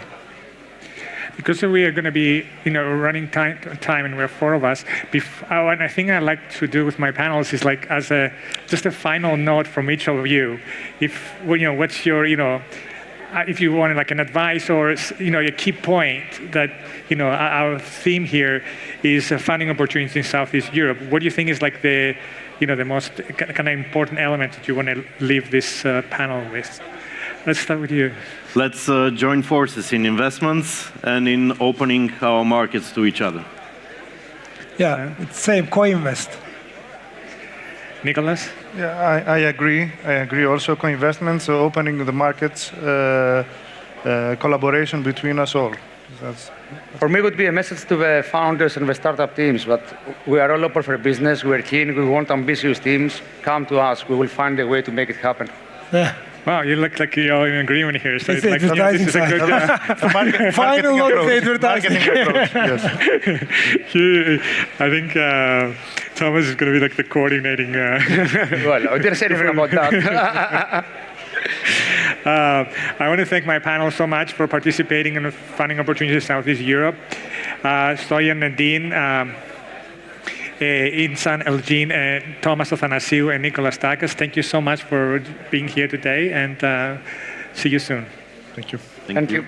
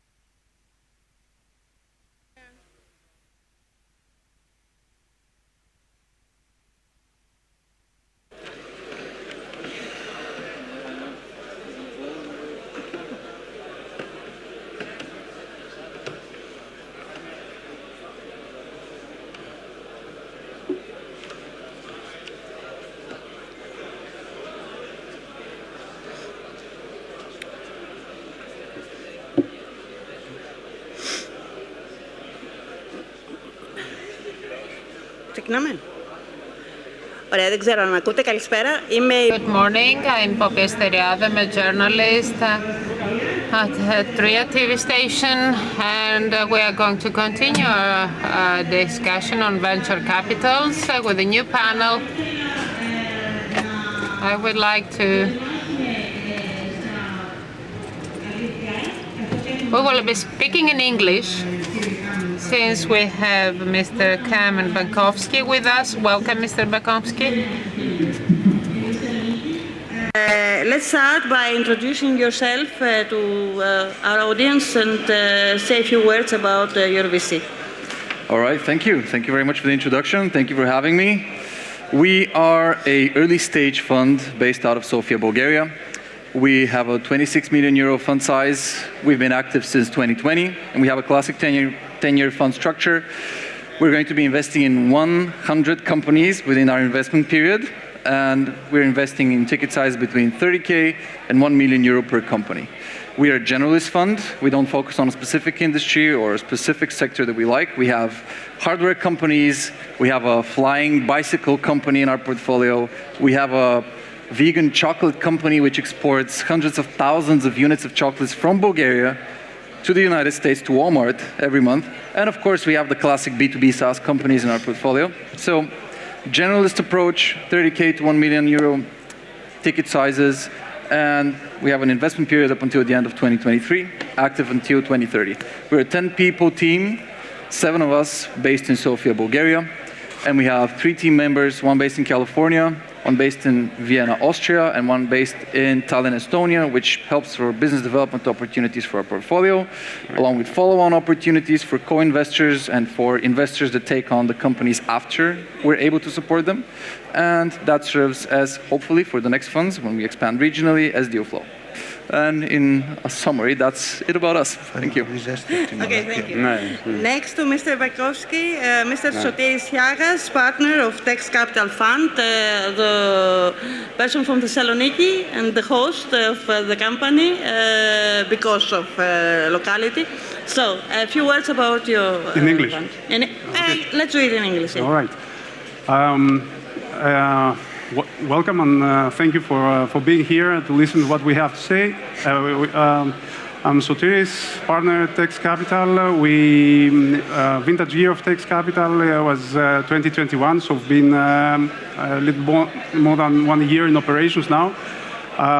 We were the first venture capital fund focusing on investing in very early stage startups, utilizing Industry 4.0 technologies, not headquartered in Athens, but in Thessaloniki. So that was the value proposition in the beginning, was to see whether the market could sustain a venture capital fund to support companies with mainly Greek founders from the greater region in order to start their activity and move from prototype stage to MVP stage. We have at the moment officially 3 companies in our portfolio, and we are closing with 5 more in the next 3 months. So we are expecting to close our investment period late 2022, early 2023. The good thing is that we found that there is a high demand for investment, even in our region. We have been trying to work closely with other funds, more experienced, that have more years in operations, with George and other partners from funds that have been in operations for quite a few years in Athens. We don't have any vertical that we are interested in, so the fund is agnostic. The only mandate that we have is that we invest in companies that utilize Industry 4.0 technologies. This may be quite broad, but in a way dictates our investment thesis. We are 3 partners. We are always in the lookout for good teams with a good prototype, and we are very happy to get in touch with whoever feels confident of raising new money. Okay, thanks. And from Thessaloniki to Athens, Mr. Yorgos Karantonis, from a general partner of PAVILIon Ventures. Welcome, and please, a few words. Thank you. Thank you for having me here. It's a pleasure to be here. I represent PAVILIon Venture Capital Fund. We are 30 million. We have 32 million under management. We started our activity back in the beginning of the year 2018. And actually, right now, as we speak, we have completed our investment activity, initial investment activity. That means that we have formed a portfolio of 29 investments.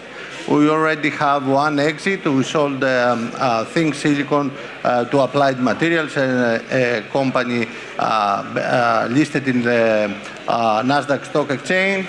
And we have also, let's say, liquidated another 2 investments. So right now we have 26 active investments. We invest in early stage, seed and pre-seed. So, and now we are supporting our companies as they grow, providing additional capital, but our strategy is to lead just 1 round.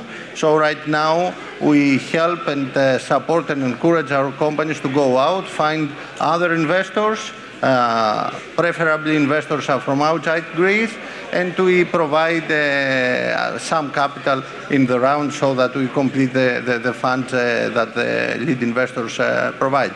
We are doing well. We see a lot of value in our portfolio, and we work a lot with funds, other funds from Greece, funds from the region, and also funds from Central Europe, the US, as well as a lot of angels that also have a role in the ecosystem, as apart from money, they usually bring expertise that can be very valuable to the startups. I think this is a good introduction, and we can elaborate. Thank you so much. And finally, Mr. Marcos Chrysoglou, Head of Operation of Elstone Capital. Hi all, this is Marcos. As we said, I'm head of operations at Elstone. Elstone is a fund, a new fund in Greece. We're still in stealth mode, launching now. We invest in seed stage from tickets from 500K up to $1 million. Industry agnostic, tech-oriented, around three key mega trends, which is life in the 21st century, digital evolution, and green energy and sustainability. I think, I'll keep it short. That's it. Okay, thank you. So, as a news journalist, I was tempted to add some numbers and reach to the conclusion that we have money to use. First question, does the liquidity of the economic environment regarding energy crisis and pandemic crisis and all that affect the ecosystem? And is your work better or worse regarding 5 years or 6 years ago? So I will start with Carmen, who spoke about the early startups. How does the early startups, how are they affected from the situation, the current situation? Right. Thank you very much for the question. I believe that we cannot talk about early stage startups without discussing late stage startups. Because an early stage startup, every startup company aspires to become a later stage company and to seek further capital and to become bigger and bigger and to seek some public offering to some extent. The public offering and the IPO being the holy grail of our industry. And in the context of an early stage startup, when its future, when what it aspires to is to become a later stage company, that means that everything that happens in the later stage company affects it. So right now, for the companies that have been venture backed and that have went to an IPO for the past 2 years have lost more than 50% of their value in the public markets. And there are about 1,000 unicorns in the world who want to go public. And that's their only source of capital, that's a source of exit for their founders, and they don't want to do it because the valuations are terrible right now. And there's 700 SPACs right now, which are vehicles to try to put startups into public companies, that don't have companies to merge with. So when the public environment is so bad, and the prospect of becoming a large company is so meager, and the valuations are crashed of public companies, that eventually leads to early stage valuations. Because if, let's say 2 years ago in 2020 or 2021, if you become a public company, you make a killing and you're gonna make a public offering for a valuation of 40 billion, right now it's gonna be 2 billion. So an investor making 10x has a very different prospect and can give a very small valuation at the early stage because what they expect to earn at the later stage is so decreased. So it affects valuations and it affects liquidity. Now, in terms of our industry, the good thing about us is that when we close a fund, a venture capital fund, it has a life of 10 years. And regardless of what happens, those 10 years are going to be years, let's say the portion of investment period within those 10 years is going to happen regardless of the public markets. We have to deploy that capital because our investors have entrusted that with us. So we have that freedom here that we already have a lot of capital flying around in our region, in SCE and CEE. And we also have the extra benefit of the fact that, right, I think about 70 or 60% of all funds, early stage and let's say growth stage funds, are actually publicly backed. Government money, which does not stop when the show is so bad in the public market. So we're very lucky. I think our region is absolutely very lucky to survive this. We are in our second year of our investment period. We have 2 more years, let's say a year and a half. Hopefully public markets will pick up, valuations will pick up, and things will start happening again. But we have that cushion of time because we have a 10-year mandate. So to sum it up, I think we have to consider the general macro environment when we're talking about early stages as well. But in our region, I think we're fairly safe given the amount of funding that we already have locked and the public support. So, Mr. Siagas, what about the risk management and how does the risk creates a problem to the idea, to creating an idea that is going to go to spin-off and then to early startup? Do you believe that this environment is going to prevent young people in order to create new ideas? Okay, let me take it from where Kamen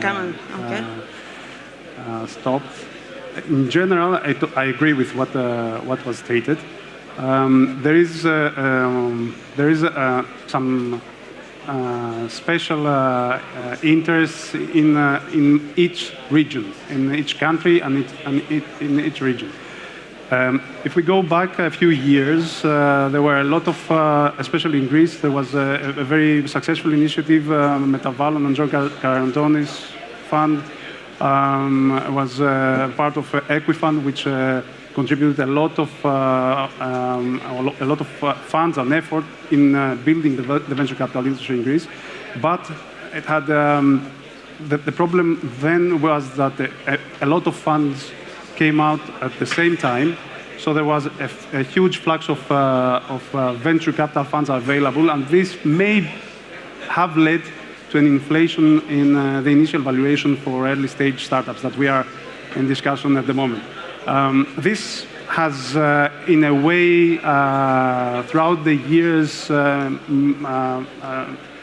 decreased, and the valuations are more reasonable. And I think the crisis will make these valuations even more reasonable. So the upside that we may have with investments in a downside period like the one we are starting now may also give an advantage to funds that are in the investment period at the moment, because the market is a cyclical thing. I mean, you always have ups and downs. The good thing, if you are lucky, if you are competent, and if you are lucky, is investing in a down market and exiting in a high market. Now, regarding the risk, I can tell you more about our region. Thessaloniki has a lot of potential, a lot of high-skilled individuals, not very, the level of the entrepreneurial mindset is not exactly at the stage at the venture capital. It would be very happy to see teams to feel confident in investing. And so this is something that we are working on with all the teams that approach us, so that we increase the investment readiness of the teams. And we are starting to see that because of a lot of foreign investment taking place in our region, it's the first time, as far as I know, that we have companies throughout the maturity cycle. I mean, big companies, big international companies having their offices in Thessaloniki, providing well-paid jobs, people joining the companies, leaving the companies, and then perhaps starting their own business. So we have this, the market which seemed to mature with its own resources. And we see that giving new potential in the near future. So we believe that in the next couple of years, we are going to see even more teams with entrepreneurial mindset that have grown within this environment, willing to take the risk to start their own business. That's it. Mr. Karadonis, is all this situation maybe the reason that we don't see many unicorns in our region? And when I'm speaking about our region, I'm referring more in Southeastern Europe.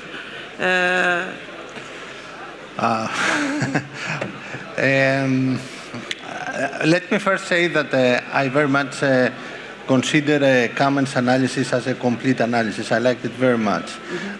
When we are talking about VC money and VC investment, we have to take into account the cycles. One cycle is the 10-year cycle of a VC. So although there is this problematic period right now with the economy, the international economy, we have been lucky enough because a lot of new funds have been created in the last couple of years. So there is money out there. Also, there is the cycle of the startups. Startups usually raise money for more or less 2 years. So if the crisis goes on for a long time, every startup will need new money, because startups are not meant to organically break even. They are meant to spend money in business development and marketing, so they grow aggressively. So although we try to advise our founders to be a little bit more conservative right now, the difference that they can make is not more than a few months. They cannot make anything else. So eventually they will be needing new investment money. One thing that I have to add is that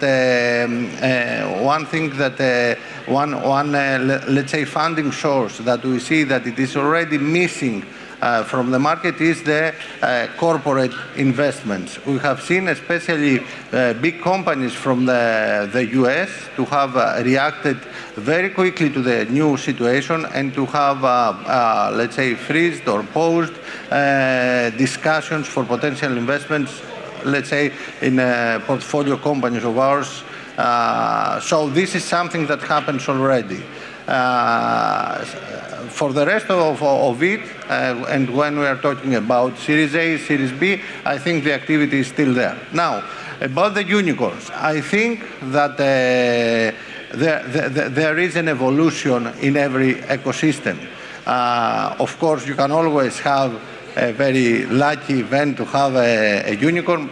Ourselves here in Greece, we may say that Viva is the first unicorn, is the first company, although it is not a full exit yet, but it is a company valued by Morgan Stanley at a 1 billion valuation, more than 1 billion valuation. So, but I think that there is a gradual evolution of the ecosystem. A few years ago, we had the first exit, it was at the range of 50 million. Now we have exits at the range of 200 to 300 million euros. So I think the ecosystem grows, and as you said also, the thing that right now there is a continuous supply of VC money in Greece increases the chances to have, I mean, supports in the best possible way this gradual evolution, and we are very optimistic. Unless, as I said, the crisis goes on for too long and deepens, so we will have to face a new situation. No? And we have unicorns coming up. Yes. Unicorns, yeah. So, Marcos, what do we have to do to get better? What does it take to achieve greatness as a country? As Okay. Before I go there, like, can I try and get an image of the room? Like, how many of you are entrepreneurs here? By show of hands. And are you all, and who's fundraising at the moment? No one. One. No. There you go. There are some people fundraising. How many are raising like angel rounds? Seed rounds? Were you? No. I said hi. Anyway, okay. I think in order to get better, like what has been happening in the past years, it was, as it says here, it was a founder's market. Like the economy was set up in a way that founders were dictating the amount of money being raised and the valuations and everything. Now it's the other way around. Like the economy has gone towards a VC world, and let's say we are dictating the situation. The best thing to do is like to work together, even though that you might at the end up raising money in a like decreased valuation that you would like a year ago. It's a good opportunity to get the trust from an investment team and work really close together with them in order to grow your company. You should find a way to get investors who trust you, you partner with them, and they help you with business development, and they're not just silent, looking at you without helping you grow. But you need to find active investors who are there every day. You can reach out on the phone and get access to them and get their address book and get access to their contacts and be there to help you with business development and everything. And I think this is what can actually contribute to get things better. You will not have the valuation that you would have a year ago, but you would have a much more concrete business plan and much more structured way to grow in order to get the valuation that you want in your next round or later down the line and have a successful exit when this comes. So, yeah, I think that's what I have to say. I see. So I just had the crazy idea to give these guys to you. But I forgot to ask if we have the possibility of questions from the audience, if there is a mic or something. Before that, may I add something to what Marcos said? I mean, this is great, and I agree, but, you know, this is easier at the first round, I mean, the first fundraise. I mean, if you have raised, you know, it's not easy to make a down round or to... This is the problem. And having said that, I think that our region is, let's say, a little bit protected because valuations were not that high as they were in Central Europe, in the US, and the other developed markets. So maybe there is some opportunity in the crisis because some investors some big investors that are now a bit more conservative, maybe they would go and search for the second and third company in a specific sector that is valued more reasonably. And this is true for, generally speaking, true in most cases for startups coming from Southeast Europe, and maybe this will give an opportunity to startups from our region. I see. So, if there's a question, just nod and we'll find a way to do it. What I would like to ask Sotiris is about public funding. Carmen referred to what's going on in the region. What about Greece? Can we count on public funding? Our Southeast Europe Generally, Europe used to be a lagger in venture capital markets. The US was always the leader. We don't have, generally, especially in Greece, we don't have, and perhaps in Bulgaria, we don't have big institutional investors. So this gap is filled by public initiatives. There are private individuals that, or companies that may be willing to invest, take the risk to invest in as an LP in a venture capital fund, but you still need a support for anchor investors, and as there are no other institutional investors in our region, not big ones like pension funds, like other institutions, like funds of funds that are mainstream in the US. Here comes the state and takes this position in order to help the venture capital market, because the venture capital market needs support in order to be able to provide results, not in a very short time. As Carmen said, this is a 10 years game, so you have to be consistent and believe in what you do. So there is public initiatives. Used to be in Greece, we had Tameo Anaptix Neas Ekonomias back in the early 2000s. Then we had the Jeremy Initiative, which was a European one. Then we had the Equifund, which was again with Greek public funds managed by the European Investment Fund. And now, as a more mature market, again, Taneo returned with a new name, Hellenic Development Bank for Investments. HDBI has more than 2 billion under management, so there are, as you said, λεφτά υπάρχουν. There was a famous Greek quote back before the crisis. I'll write it down. The economic crisis, yes. Before the economic crisis, yes, by a Greek prime minister.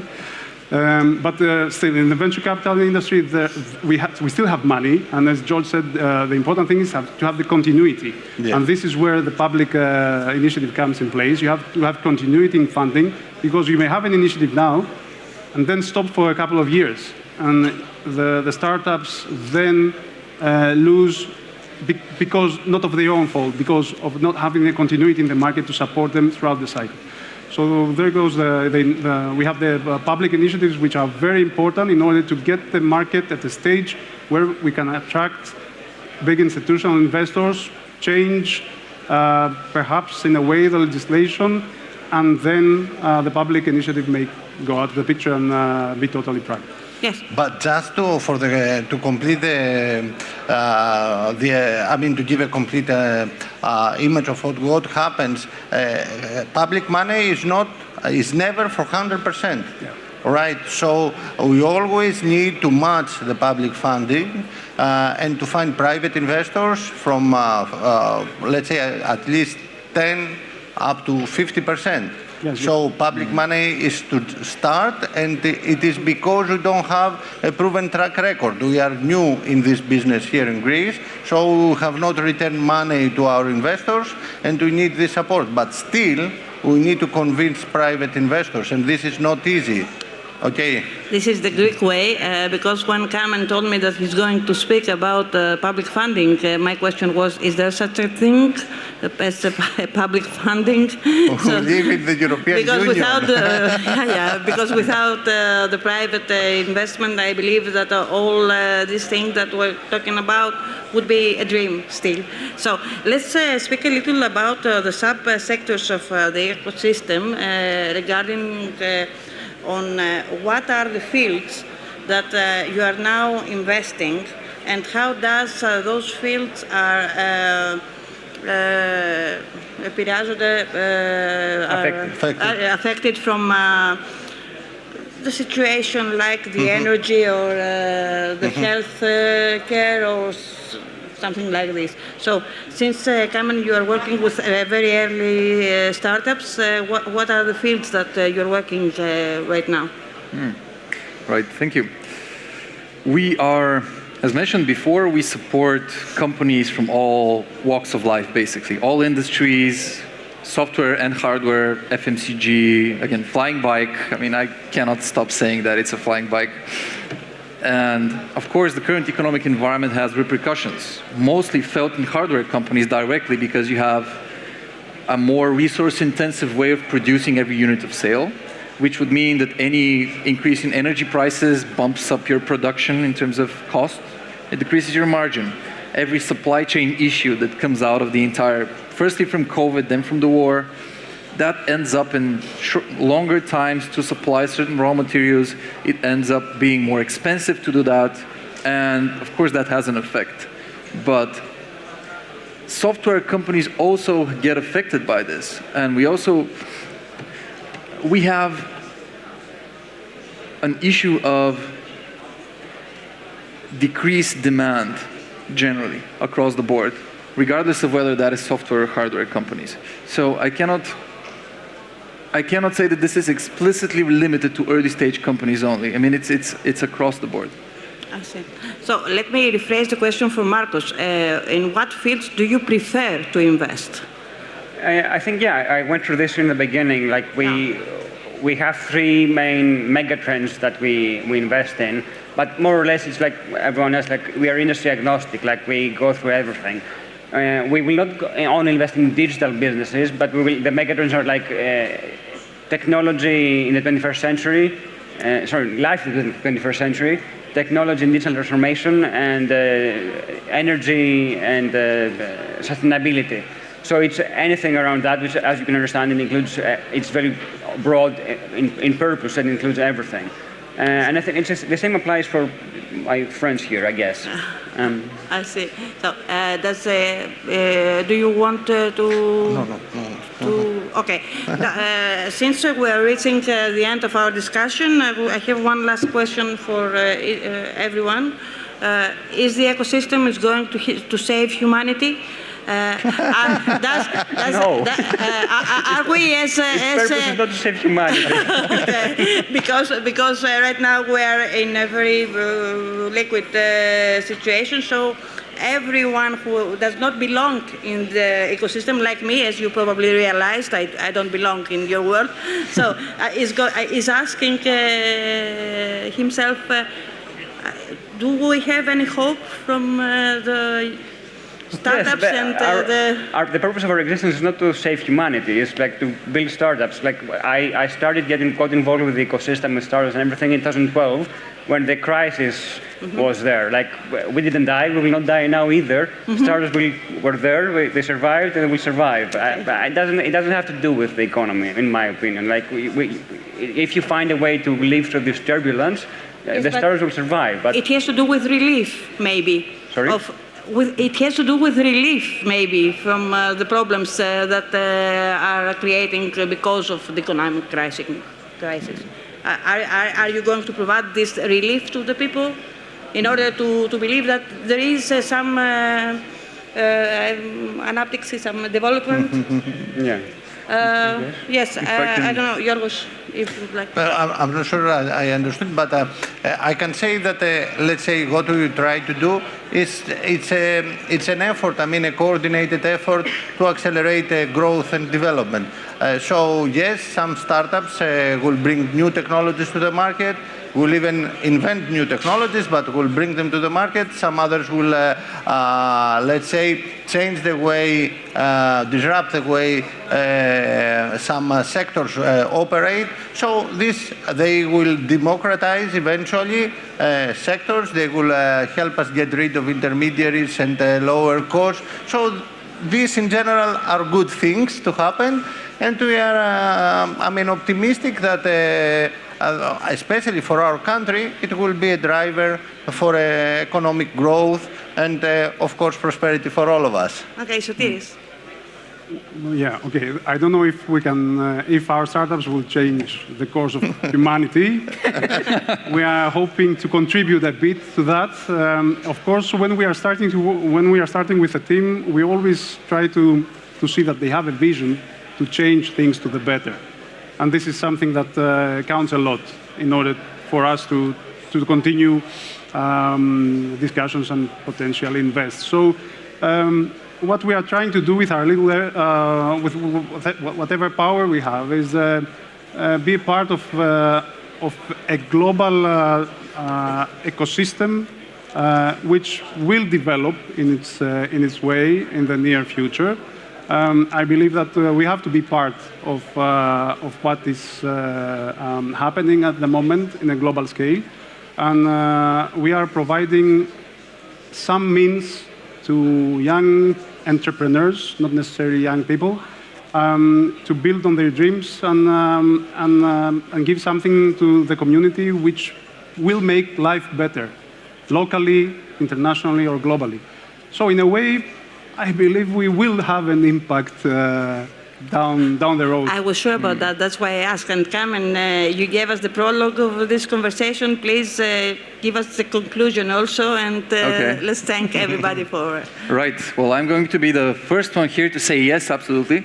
Yeah. We're going to be changing the world. I was pretty sure about that. Okay. I mean, and I'll tell you why. I'll tell you a story, and it's the story of our country, of Bulgaria.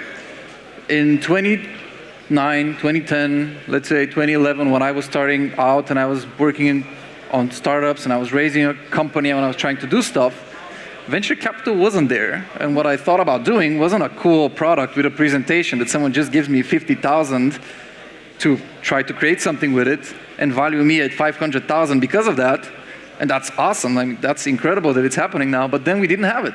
So what can you do? You either bootstrap, or you sell services, or you try to do some trade, buy something here, sell that something there, in order to get some action going, to grow organically and to make something of that company. Now it's so different. And from that point, we had two funds, Launch Hub and 11. It's a shout out to those funds who've really developed the ecosystem in Bulgaria. And from those two funds, let's say 100 companies came out of them. Probably most of them failed. Probably most of them didn't make anything. But right now, all of the companies we do invest in, or let's say a large part of those, were part of that first batch of companies, and they've learned how to do that. They've had the experience of fundraising, they've had the experience of growing, of failing, which is an important skill. And then, just from these small things, you can see how it trickles down. We had a company called Telerik, which was acquired by Progress in 2014 or 2016, I can't remember. And let's say it's a 250 million euro exit. But that's not all the heritage that that company leaves, right? From that company, the founders of that company who exited became the most active angel investors within our economy. And they've supported hundreds of companies. From Telerik, people that worked there ended up creating a small fintech company in 2018. My cousin was part of that team, by the way. And he told me, oh, look at this card, we do this, we're going to do expense management for SMEs, it's going to be awesome. And then I said, okay, I don't understand it. There's companies that do that now. And that company is a unicorn now. 3 years later, it became a unicorn. It's Payhawk. Okay. And from Payhawk, other companies are spinning out and are creating separate startups that are going to become unicorns one day. And we already have companies that come from Telerik, which are going to become probably the next unicorn of Bulgaria. So these things tend to trickle down to the point where right now in Bulgaria, there's 20,000 people employed in startups, not mature companies, which is amazing. And those people are going to be creating more and more and more. So this will change the world. Thank you very much for making my dream come true and close this conversation in the most optimistic way and with the most optimistic word, unicorns. I wish you all unicorns, and thank you very much for being here with us. Thanks. Thank you.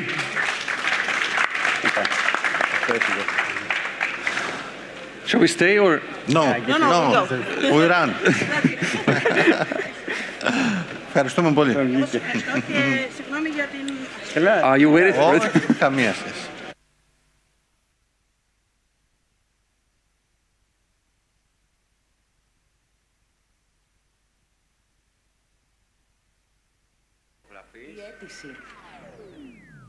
Το δημόσιο αλλάζει. Το κάνουμε πιο φιλικό στον πολίτη. Πιο γρήγορα. Κυρίες και κύριοι, ευχαριστούμε πάρα πολύ που παρακολουθήσατε την πρώτη μέρα του συνεδρίου της Beyond. Θα συνεχίσουμε και αύριο με πολύ σημαντικές θεματικές πάνω στις τελευταίες τάσεις της τεχνολογίας. Καλή σας ξεκούραση. Γραφειοκρατικές διαδικασίες. Διασφαλίζουμε την ταχύτερη εξυπηρέτηση των πολιτών όπου και αν βρίσκονται, με ασφάλεια και αξιοπιστία. Αναπτύξαμε και εξελίσσουμε το κέντρο διαλειτουργικότητας. Διασυνδέσαμε περισσότερα από 430 πληροφοριακά συστήματα του δημοσίου και εξασφαλίσαμε την άμεση και έγκυρη διάθεση πληροφοριών μεταξύ τους 24 ώρες την ημέρα, 7 μέρες την εβδομάδα. Δημιουργούμε το νέο δημόσιο. Αξιόπιστο, αποδοτικό, γρήγορο, φιλικό.